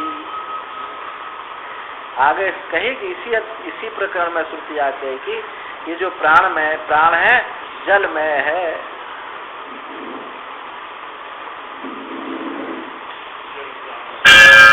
न पीबतो विच्छेद, यदि इसको ना पिया जाए तो प्राण विच्छेद हो जाते हैं, प्राण छूट जाते हैं। तथा ऐसे तेज का देखो, तेजो असितम तैल घृतादि भक्षितम त्रिधा विधीयते तस्य या इष्टविष्टो धातु तदस्थि भवति। वैसे ही तेज को कैसा खाया जाए? तेजीय वस्तु खाई जाएंगे, ताकि तेज को खाया, तेज असितम, तेज को खाने से 3 प्रकार से विभक्त हो जाता है। तो तेज क्या है? तेल घृत आदि, तेल घी मिर्चा भी तेज ही है। तेल घृत आदि जो भक्षण है वो भी 3 प्रकार से हो जाता है। तस्य यह स्थिविष्टो, उसका जो स्थूल भाग है, स्थूल विष्ट धातु है, तदस्थि भक्ति हड्डी बन जाता है। हड्डी जो है कहा जाता है ना, जो घी खाते हैं उनकी हड्डी मजबूत होती है। यो जो मध्य से मज्जा, वो मज्जा हो जाता है। मांस नहीं, मज्जा, मांस तो पानी से बना, मज्जा बोलते हैं। हाँ, अस्थि अंतर्गत हिस्सा नहीं, जो लसलसा पदार्थ होता है हड्डी के अंदर, जिससे हड्डी जुड़ती है। जैसे कहते हैं हड्डी जुड़ गई, कहते हैं ग्रीस खत्म हो गई, वो ग्रीस, ये मज्जा है। ये अनिष्ट सहवाका, जो उसका सूक्ष्म भाग है वो वाणी है। इसलिए जो वेद पाठी ब्राह्मण होते थे घी बहुत खाते थे। आवाज कैसे करें? हमारे स्वामी जी भी कह रहे थे, कल हुई थी कि हमारे पिताजी मास्टर पढ़ाते थे तो दूध में घी डाल के खाते थे। अब मैं इतना बोलता हूँ और महंत जी महाराज कोई व्यवस्था ही नहीं कर रही। हाँ, तो गए मैं इतना बोलना पड़ता है मुझे।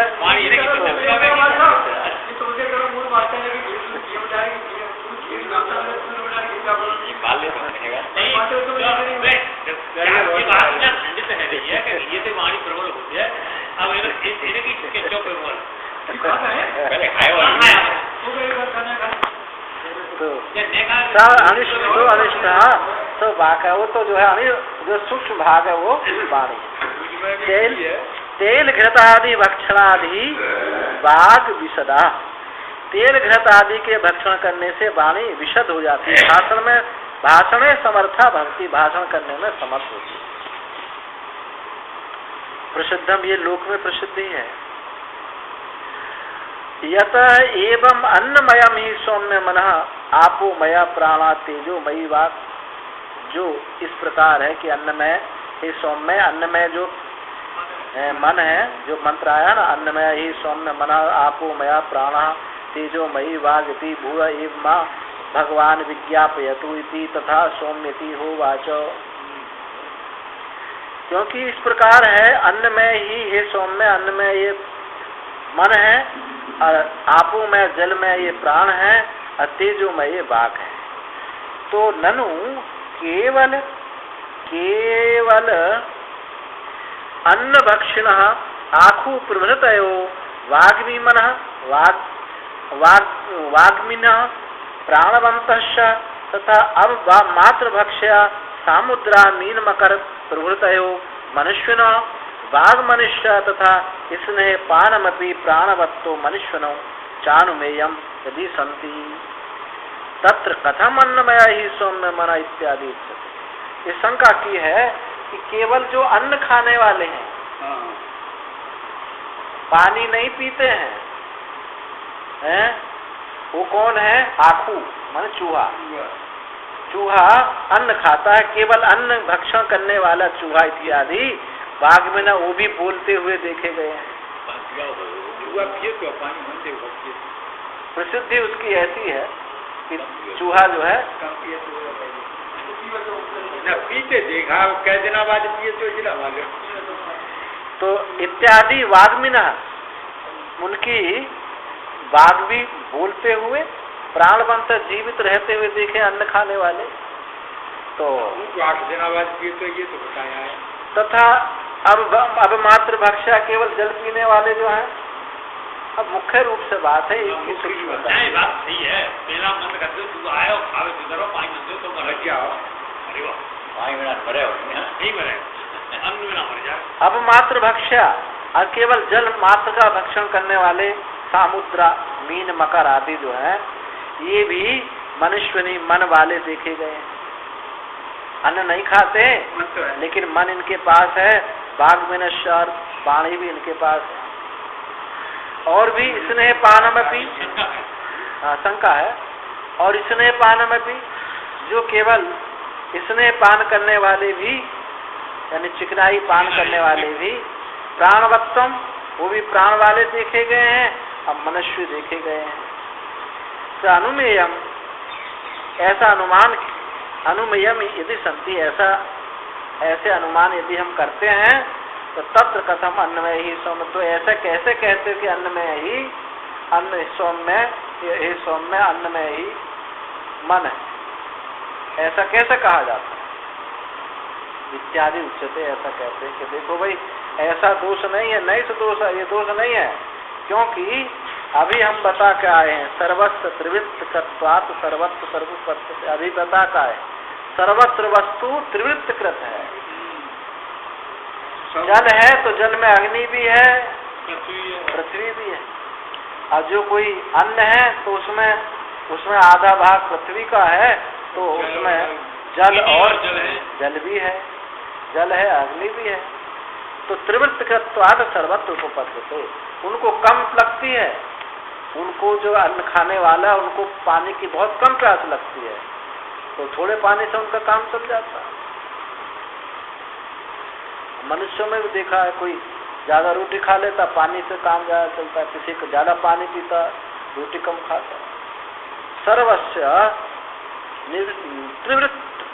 त्रिवृत्त कृत्वात्, सब जो है त्रिवृत्त कृत होने से सर्वत्र ऐसा प्राप्त हो सकता है। नहीं त्रिवृत्त कृतम अन्नमसनाति कशिद आपो वा त्रिवृत्त कृता पीयन्ते तेजो वा त्रिवृत्त कृतम असनाति कशिद इति अन्नादानाम आखु प्रवृत्तीनाम भागमित्वम प्राणमत्तम च इत्यादि अविरुद्ध। नहीं, क्योंकि अत्रिवृत्त कृत जो अन्न है असनाति, कोई भी अत्रिवृत्त कृत को अन्न को खा नहीं सकता। जब त्रिवृत्त कृत होगा तभी खाया, कभी व्यवहार के योग्य होता है। तो पंच तन्मात्रा रहती है, पंच तन्मात्रा व्यवहार के योग्य थोड़ी होती है। अब स्वप्न के दृश्यों को जागृत में नहीं खाया जा सकता, क्योंकि स्वप्न जो है अपंचीकृत रूप से होता है और व्यवहारिक जो है ये पंचीकृत रूप से होता है। तो अत्रिवृत्त कृत अन्नम असनाति नहीं खा सकता कोई भी। आप ये शरीर तो यहीं पड़ा रहता, ये कौन सा शरीर होता है? हाँ, तो मनो में शरीर होता है।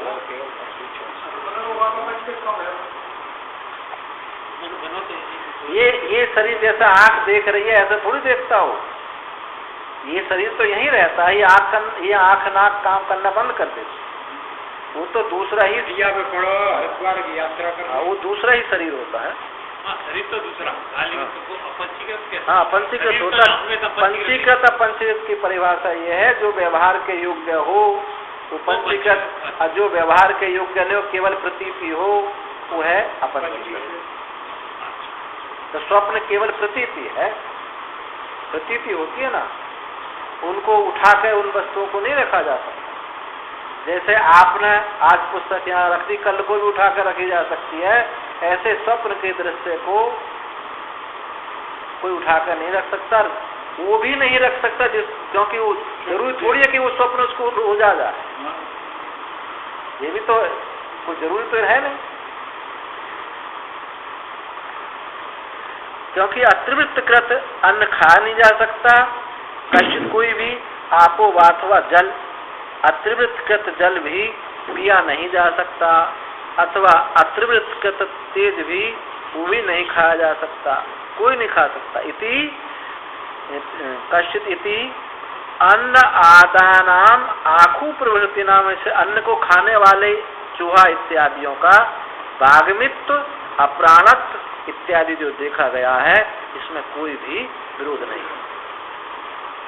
इत्येवं प्रत्यायितः श्वेत केतु आह, इस प्रकार से बताया जाने पर श्वेत केतु बोला,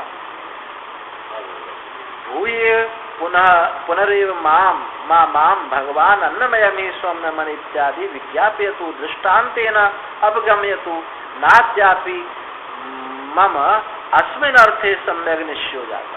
फिर भी बोला श्वेत केतु, फिर भी बोला कि मुझको और हे भगवान इस अन्न में ही सौम्य मना कि जो मन जो है अन्न से है, ये बात मुझे और बताइए। इत्यादि विज्ञापतु, दृष्टांतों के द्वारा मुझे बोध कराओ उसको, क्योंकि मैं अद्यापि आप अभी भी मुझको इस अर्थ में ये सम्यक निश्चय नहीं हुआ है कि मन जो है अन्नमय है, ये मुझे अभी निश्चय नहीं हुआ। आप तो एक दृष्टांत में समझ गए और वो अभी तक समझा नहीं है। कहने का मतलब है कि किसको हम लोगों में किसी को औरों को ना तो और भी समझ ले। यस्मात् तेजो वन्नमयत्वेन आविशिष्टे देहे एकस्मिन् उपयुज्यमानानि अन्न अप स्नेह जातानि अनिष्ट धातु रूपेण मन प्राणवाचा उपचिन्वति स्वजातिन अतिक्रमेण इति दुर्विज्ञेयम इति अभिप्राय अतो भूय एव इत्याह। क्योंकि तेजो वर्णमय रूप से जो अविशिष्ट सामान्य रूप से देह में, तेजो वर्णमय रूप से जो सामान्य देह में एकस्मिन एक में उपयुज्यमानानि एक में ही ये उपयुक्त होने वाली अन्न जल और ये इसने जो तेज है अनिष्ट धातु रूप से मन बना, प्राण बना और वाक बना है, उनका पोषण करते हैं। तो स्वजाति अतिक्रमण, अपनी जाति का अतिक्रमण किए बिना ही ऐसा बन जाते हैं।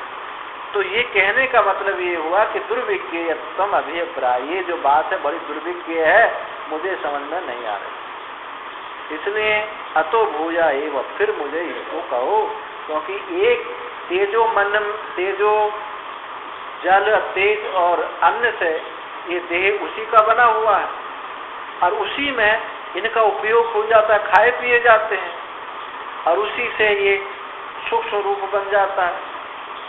पहले से भी अन्न आदि है, अब फिर अन्न इसी में बैठा हुआ, तो मुझे अभी बात समझ में नहीं आ रही। मुझे बताइए, तम एवं उक्तवंतो तथास्तु, ऐसे कहे जाने पर श्वेत केतु में पिता ने कहा तथास्तु, ठीक है सौम्य, हम ऐसा ही होगा, बताएंगे। हो वाचा, पिता बोला, सुनो, अत दृष्टांतम यथा एतद उपपद्यते इत पद्धति, जो तुम पूछते हो, जिस विषय में तुम पूछ रहे हो, जैसा उसी को प्राप्ति में यथे एतद उपपद्यते, यही प्राप्त होता है इस दृष्टांतों के द्वारा, जो मैं अब दृष्टांत से तुमको समझा। पिता ने समझा कि वाणी से नहीं, इसको करवाओ, इसको करवाओ तब आएगा समझ में, क्योंकि वाणी से बोलते रहते, क्योंकि अच्छी तरह आया, प्रैक्टिकल से आएगा। तो जो तुम पूछते हो, जैसा ये प्राप्त होता है, उसको दृष्टांत से सुनो। तो दृष्टांत का दधना सौम्यम मध्यमानस्य यु अणिमा स ऊर्ध्वं समुदीसति तत्सर्पि भवति एवमेव खलु सौम्यान्नस्य अस्यमानस्य यो अणिमा स ऊर्ध्वं समुदीसति तन्मनो भवति अपां सौम्यतीयमानानं यो अणिमा स ऊर्ध्वः समुदीसति स प्राणो भवति तेजसा सौम्यास्मानस्य यो अणिमा स ऊर्ध्वः समुदीसति स वाग् भवति अन्नमय ही सौम्य मना आपो मया प्राणा तेजोमयी वागिति भूयेद मां भगवान विज्ञाप्यतु इति तथा सौम्यति होवाच। कहा कि दधना सौम्य मत्स्यमानस्य अणिमा अणुभाव स ऊर्ध्वं समुदीसति संभूय ऊर्ध्वं नवनीत भावेन गच्छति तत्सर्पि। दधी हे सौम्य, मथे जाने वाली जो दधी है, इस दधी को मथने पर जो अणिमा अणुभाव है, सूक्ष्म भाव है, वो ऊपर आ जाता है, मट्ठा के ऊपर मक्खन तैरने लगता है। समुद्री सती इकट्ठा होकर समूह इकट्ठा होकर के ऊपर नवनीत भाव से, मक्खन के भाव से ऊपर आ जाता है। तत्सर्पी व्यक्ति वही घी होता है, उसी को मक्खन को पिघलाने से घी बन जाता है। यथायम दृष्टांत, जैसे ये दृष्टांत है, इसी प्रकार से ही खलु हे सौम्य अन्न से ओदनादि अस्य मानस्य भुज्यमानस्य औदर्येण अग्निना वायु सहितेन खदेन इव मध्यमानस्य अणिमास ऊर्ध्वा समुदिशति तन मनो भक्ति मनो अवयवही ससंभूय मन उपचितनोति इति एतत्। जैसा दृष्टांत दिया है वैसे ही इसी प्रकार से सौम्य ही अन्न का, ये चावल आदि भात, अन्न से ओदन से, चावल आदि को खाए जाने पर औदार्य अग्निना, इस जठर अग्नि के द्वारा, वायु सहित इस जठराग्नि के द्वारा खदेनेव, जैसे मथानी से दही मथी जाती है, ऐसे इस अग्नि से इसको मथा जाता है। खदेन इव मध्यमानस्य, उस मथानी के द्वारा मथे जाने वाले का जो अणिमा, जो सूक्ष्म भाग है, वो ऊर्ध्वम समुदिशति, ऊपर इकट्ठा हो जाता है। तन मनो भक्ति, वो मन होगा, ऊपर वाला भाग। तन मनो अवयवी, मन अवयवों के द्वारा इकट्ठा होकर के उपचिनोति, पुष्ट करता है, इंद्रियों और इंद्रियों को पुष्ट करता है। मन उपचिनोति, पुष्टि करता है। जल का बताते हैं, जैसे ये तथा जला अपाम सौम्य पीयमाना नानाम यो अणिमास ऊर्ध्वम समुदिशति स प्राणो भक्ति। इसी प्रकार जल के पिए जाने पर जो अणिमा भाग है, सूक्ष्म भाग है, उसका वो प्राण बनता है। इसी प्रकार से सौम्य हे सौम्य एवं खलु सौम्य तेज स्वस्य मानस, तेज का खाए जाने पर जो अणिमा है, सूक्ष्म भाग है, वो ऊपर इकट्ठा हो जाता है, वो बाघ भक्ति, वाणी होता है। अन्नमय ही सौम्य मन आपोमय प्राण तेजोमयी वागति युक्तम एवं मयोक्तम इति अभिप्राय। जो मैंने कहा था वो बिल्कुल ठीक है कि अन्नमय ही सौम्य, अन्नमय ही मन है, जल में जो प्राण है, अतेजोमय ये वाक है। कि जो मेरे द्वारा कहा, ये मेरे द्वारा कहा गया अभिप्राय ठीक है। अतः अप तेजसो अस्तु एतत् सर्वम एवं, इसलिए जल तेज का ही ये सब कुछ है, जो कुछ भी है ये सब जल और तेज का है। मनस्तु अन्नमयमिति अत्र नई कांतेन मम निश्चयो जातो अभूत अतो भूय एवं माम भगवान मनसो अन्नमयम दृष्टांतेन विज्ञापित। मन का ये तो बात ठीक है कि जल और तेज, तो ये सब ठीक है कि जल से प्राण बन रहे हैं और तेज से वाणी बन रही है, ये तो मुझे समझ में आती है। अब तेज सो अस्तु, ये तो रहने दो, ये तत् सर्व, ये सब ठीक है, किंतु ये बात नहीं समझ में आती मन अन्नमय है, ये बात मुझे अभी भी समझ में नहीं आ रही। इति अत्र नई कांतेन मम निश्चय, मेरा दृढ़ निश्चय नहीं हुआ है कि मन जो है अन्नमय है। निश्चय हो जातो अतः भूय माम, इसलिए भगवान मुझको फिर बताओ। मन सो अन्नमयत्व, मन का अन्नमयत्व है, उसको दृष्टांत से मुझे फिर बताओ, समझाओ। तथा सौम्य हो बात पिता ने कहा ठीक ये सौम्य, फिर मैं बताता हूँ।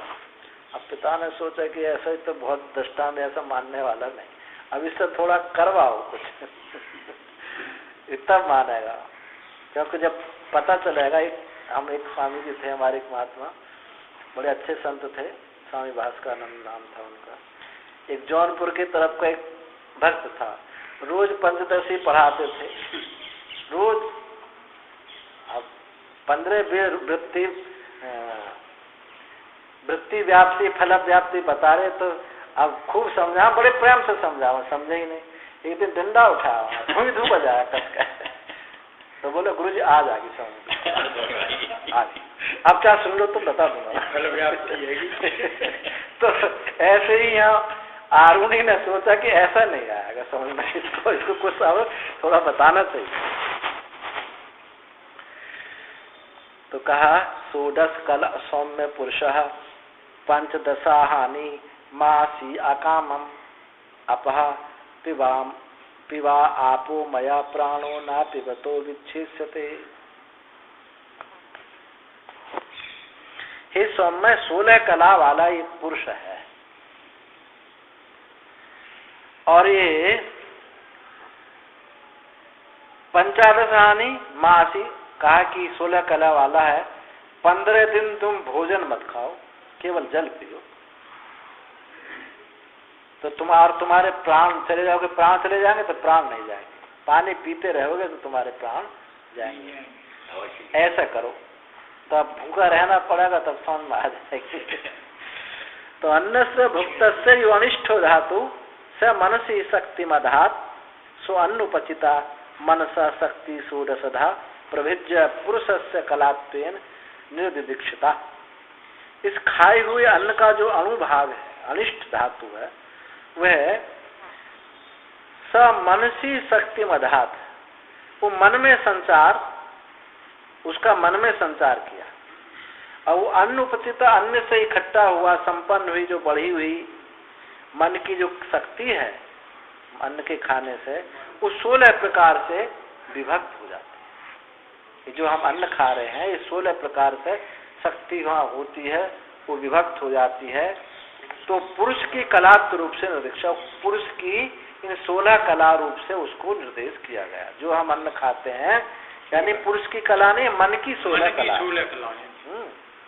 तो यहाँ जो मन की जो 16 कला है उनको निर्देश किया गया। तया मनसी उपचितया शक्तया षोडशधा प्रभक्तया संयुक्त तदवान कार्य कर्ण संघात लक्षणों जीव विशिष्ट पुरुष 16 कल उच्चते। उस खाई पिए हुई उस शक्ति से मन में उपचितया, मन में बढ़ी हुई इस 16 प्रकार की शक्ति से, 16 प्रकार से विभक्त शक्ति से संयुक्त होकर के एक कार्य कर्ण संघात लक्षण जो जीव विशिष्ट पुरुष 16 कला वाला कहा जाता है। ये 16 कला वाला पुरुष है। मन की कला को उस चेतन में आरोप करके वो कहता है कि मैं 16 कला वाला हूँ। यस्याम सत्याम दृष्टा, जिसके होने पर, उस 16 कलाओं के होने पर दृष्टा, श्रोता और मनता बोधा,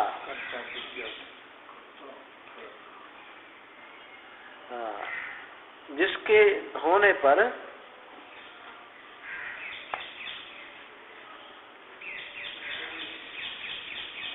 तो रिकॉर्डिंग नहीं, भूल गए। मन के इस सूर्य जो शक्ति है इसके होने पर दृष्टा, श्रोता, मनता, बोधा, कर्ता, विज्ञाता सब क्रिया में समर्थ होता है।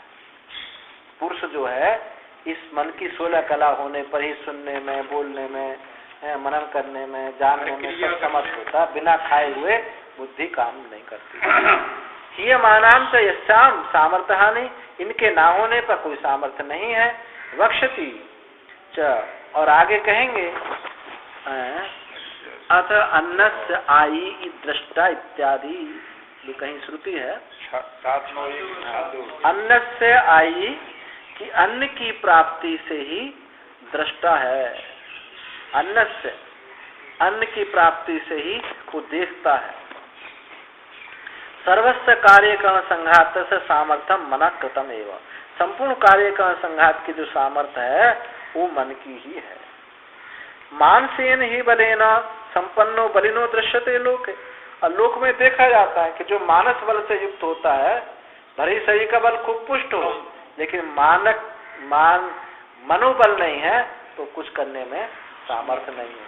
तो मानस बल से ही संपन्न को बलि देखा जाता है लोक में। ध्यान आहारस्य केचित अन्न से सर्वात्मकत्वात्, कोई लोग ध्यान का आहार करते हैं, ध्यान लगाते हैं, तो ध्यान करने वालों को अन्न की आवश्यकता कम हो जाती है। नहीं करना ध्यान आहार ध्यान आहारी जो है, कोई ध्यान आहारी है, इसलिए अन्न केवल ये गेहूं चावल आदि नहीं है, आंख भी अन्न लेती करती है। आहरियते इति आहार, शंकराचार्य ने कहा है कि रामानुज ने तो कहा है जो भोजन को ही अन्न कहा है, लेकिन शंकराचार्य ने कहा आहरियते, जो खींचा जाता है सब अन्न है। आहार शुद्ध सत्य शुद्ध, इसकी भाषा में कहा, तो वो अन्न है। इसलिए ध्यान भी एक मन का अन्न है, ध्यान आहार। अन्न से सर्वात्मकत्वात्, क्योंकि अन्न सर्वात्मक है। अतो अन्न कृतम मानसम वीर्यम, अन्न कृति जो मानस सामर्थ्य है वो अन्न कृति ही है। षोडश कला यस्य पुरुषस्य स्वयं षोडश कला पुरुष, जो 16 कला जिसकी पुरुष की है वो षोडश कला पुरुष कहा जाता है। एतच्च प्रत्यक्षी कर्तुम इच्छसी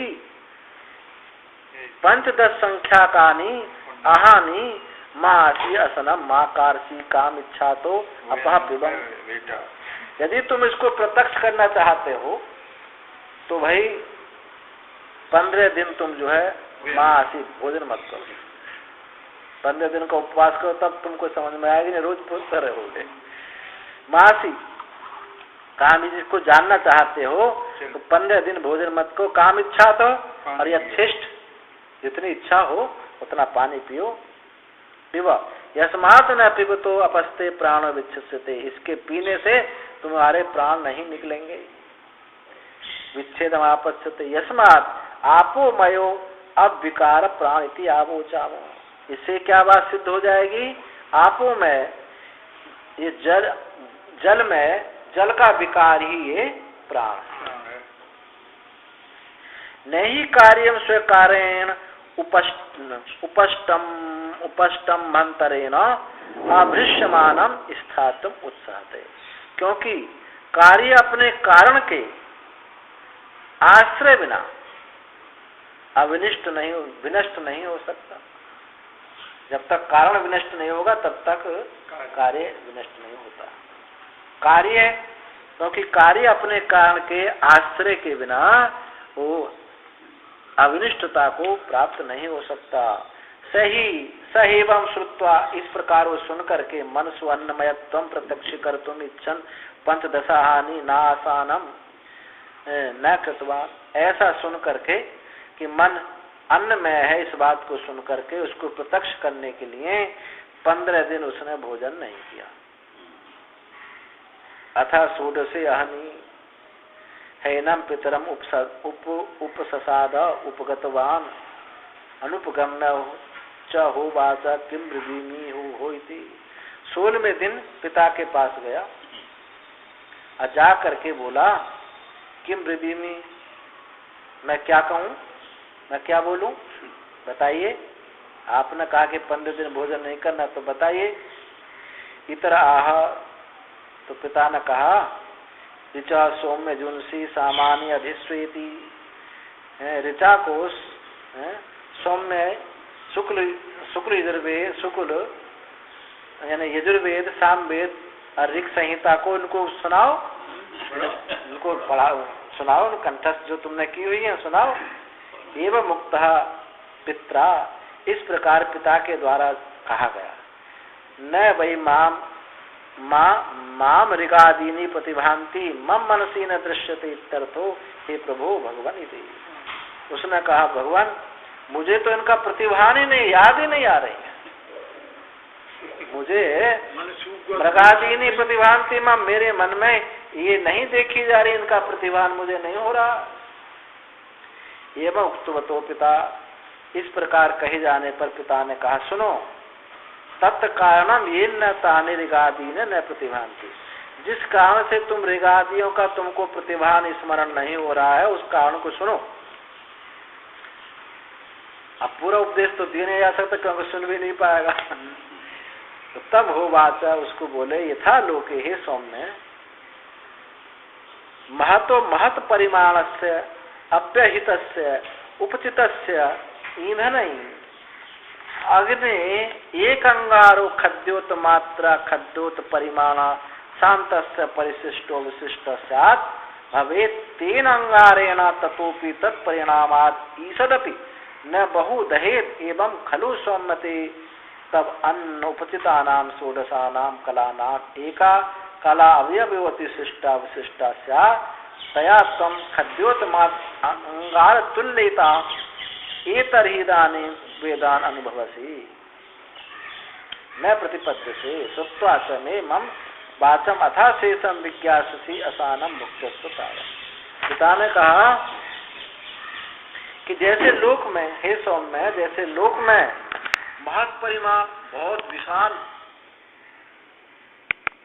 अव्यहित ईंधन के द्वारा प्रज्वलित की हुई अग्नि है, अग्नि का ईंधन का बहुत बड़ा ढेर लगा दिया जाए और उसको जला दिया जाए, ईंधन ही नहीं, ईंधन के द्वारा इकट्ठी की बहुत सारी बहुत परिमाण वाली अग्नि एक अंगारो जब जल करके शांत हो गई, एक अंगारो खद्योतमात जुगनू के मात्र परिमाण वाला रह जाता, शांत चिंगारी रहेगी, चिंगारी रहेगी, शांत से अवशिष्ट उस शांत का एक खद्योत के मात्र इतनी चिंगारी रहेगी, अवशिष्ट होगा। भवेत तेन अंगारेण, उसी अंगार से, उसी चिंगारी से, ततोपि उसी अंगार से, उससे भी बड़े परिमाण की, ततोपि तत्परिमाण, उससे भी, उस परिमाण से भी थोड़ा नहीं बहुत को जलाया जा सकता है, उसी एक परिमाण। हे सौम्य, ते तब अनुपचितानाम षोडशानाम कलानाम एक कला अवयो अतिशिष्टा अवशिष्टा। इसलिए तुम्हारे अन्न उपचिति नाम जो अन्न तुमने खाया था, उसकी जो 16 कला थी, उनमें एक कला अति अवशिष्ट रह गई। तया तुम खद्योतमात अंगार तुल्यता, वो खद्योतमात अंगार की तुल्यता के समान एक कला तुम्हारी रह गई है। एतर्हि इदानीं वेदान अनुभवसि, उसी से तुम वेदों के अनुभव करोगे। न प्रतिपद्य से श्रुत्वा च मे मम अवे, न प्रतिपद्य से, इसी के वजह से तुम एक चिंगारी जो रह गई है वेदों को न अनुभवसी, ना अनुभवसी न प्रतिपद्य से, इसलिए तुम उनका प्रतिभान उनको तुमको नहीं हो रहा, प्राप्त नहीं कर रहे उन ऋचाओं को, एक चिंगारी रह गई है। तमे मम वाचम अथा शेषम विज्ञास, इसलिए मेरी वाणी को संपूर्णता से तुम जानो। स्नान भुंक्षस्व तावत्, भोजन करो, तुमको सह तथैव असनम भुक्तवानम, सह तथैव वह ही आश भुक्तवान अथनंतरम हैनम पितरम शुश्रूषुप सादा तम भूपगतम पुत्रम यद किंचित ऋगादिषु पप्रच्छ ग्रंथ रूपम अर्थजातम वा पिता स श्वेत केतु सर्वमह तत्प्रतिपेदे ऋगादि अर्थतो ग्रंथ पश्य। और वह उसी प्रकार से भुक्तमान, उसने अन्न की जैसा बताया, अन्न भोजन किया, उसके अनंतर पिता को सुनने की इच्छा से आ गया, पिता के पास आया। तम उपगतम, आए हुए को, उस आए हुए पुत्र को, यत किंच ऋगादि सुप्रच्छ, जो भी ऋग आदि जो पूछी थी सब ग्रंथ रूप से अथवा अर्थ रूप से, उनके अर्थ रूप से अथवा शब्द रूप से जो कुछ भी पूछा पिता ने, सश्वेत केतु सर्वम तत्प्रतिपेदे, उन सबको अर्थ रूप से अथवा ग्रंथ रूप से सब सुना दिया। तम होवाच पुनः, पिता फिर उसको बोला, यथा सौम्य महत्व अव्यहित इत्यादि समानम एक अंगारम शांत अग्ने अस्य अग्ने खद्योतमात अवशिष्टम तब पूर्ण चूर्ण से उपसमाधाय प्राज्वलयेत वर्धेत तेन इद्धेन अंगारेण ततोपि पूर्व परिमाण बहुध है। तम उसको कहा कि पिता ने कि जैसे सौम्य महत अभितो बहुत ईंधन से किया हुआ, इकट्ठा हुआ, बहुत ईंधन से प्रज्वलित की जो अग्नि है, उसी के समान एक अंगार शांत, एक शांत अग्नि का एक शांत अंगार जो जुगनू के बराबर है, उसके द्वारा जो अवशिष्ट है, उसी को तम चूर्णे उपसमाधाया, तृणों के द्वारा छोटे छोटे पत्तों को बारीक बारीक उसके ऊपर डालते रहो, रुई डालो, चूर्णों के द्वारा उपसमाध बढ़ा करके प्रज्वलित किया जा सकता है, उसको बढ़ाया जा सकता है। उतने ही ईंध अंगार के द्वारा, उसने प्रज्वलित अंगार के द्वारा उससे भी पूर्व जो परिमाण था उससे भी ज्यादा ईंधन को जला देगा। हे सौम्य ते षोडश नाम अन्न कला नाम सामर्थ्य रूपाणाम एक कला अति अवशिष्ट अभूत। हे सौम्य तुम्हारी 16 नाम अन्न कला, 16 कलाओं में, सामर्थ्य रूप में 16 कलाओं में एक कला जो अवशिष्ट रह गई थी, एक कला अवशिष्ट रह गई थी, इति शिष्ट आसित वो 15 आहानी अभुक्त बद, जो 15 दिन तुम जो खाए नहीं थे, उससे एक कला अवशिष्ट रह गई थी। एक आहान, एक कला, एक दिन में एक कला तुम्हारी नष्ट होती चली गई। और जैसे चंद्रमा शिव, जैसे चंद्रमा की कला, चंद्रमा एक कला बढ़ता जाता है, एक कला घट जाता है। तो चंद्रायण व्रत जो होता है इसी प्रकार तो होता है, ये विज्ञान है उसका। चंद्रमा शिव अपर पक्ष, जैसे कृष्ण पक्ष में चंद्रमा की एक कला घटती जाती है, इसी प्रकार से क्षीणा सा अतिशिष्टा, उससे क्षीण होती जो अतिशिष्ट कला है, तब अन्य न भुगते न, फिर उसको अन्न के भोजन करने से उपसमाहिता, वर्धिता, उक्तिता, वृद्धि को प्राप्त हुई। प्रज्वाली दीर्घ छांदसम प्रचलिता वर्धता इत्यर्थ। यहाँ प्रज्वाली में क्या है, जो दीर्घिकार है, ये क्या होना चाहिए, हस्विकार होना चाहिए, लेकिन छांदस है ऐसा कहते हैं। अथवा ऐसा समझो प्रज्वलिता वर्धिता, प्रज्वलित हुई, प्रज्वालित इति पाठांतर, कहीं कहीं प्राज्वालित भी पाठ देखने को मिला है। तथा तेन उपसाहिता, उससे बढ़ी हुई, स्वयं प्रज्वलितवती, वो स्वयं प्रज्वलित हो जाती, उसी प्रज्वलित होती, तया वर्धिता, उससे बढ़ करके इदानीं वेदान अनुभवसी उपलब्ध, से उसी से बढ़ी हुई से तुमने वेदों का अनुभव किया, तुमने उनको सुनाया। इसी प्रकार से व्यावृत्ति अनुवृत्तिभ्याम अन्नमयत्व मनसा सिद्धम इति उपसनहति, अन्नमय ही सौम्य मना इत्यादि। इसलिए व्यावृत्ति से, अनुवृत्ति से, हटाने से, अन्न ना खाने से, एक एक करके हटाने से, और फिर उसको बढ़ाने से, अनुवृत्ति व्यावृत्ति से अन्न में मन जो है अन्न में है, ये बात सिद्ध हुई। इसका उपसंहार करते हैं, अन्नमय ही सौम्य मना इत्यादि। यथा एतन मनसो अन्नमयत्वम तब सिद्धम, जैसे इस मन का अन्नमयत्व आपका सिद्ध है, वैसे ही आपो में प्राणमय, आपो में प्राण तेजोमयी वाक, ये भी सिद्ध हो जाता है। और इससे ये सिद्ध भी हो गया कि पानी पी रहे हैं तो पानी से प्राण, तो प्राण है।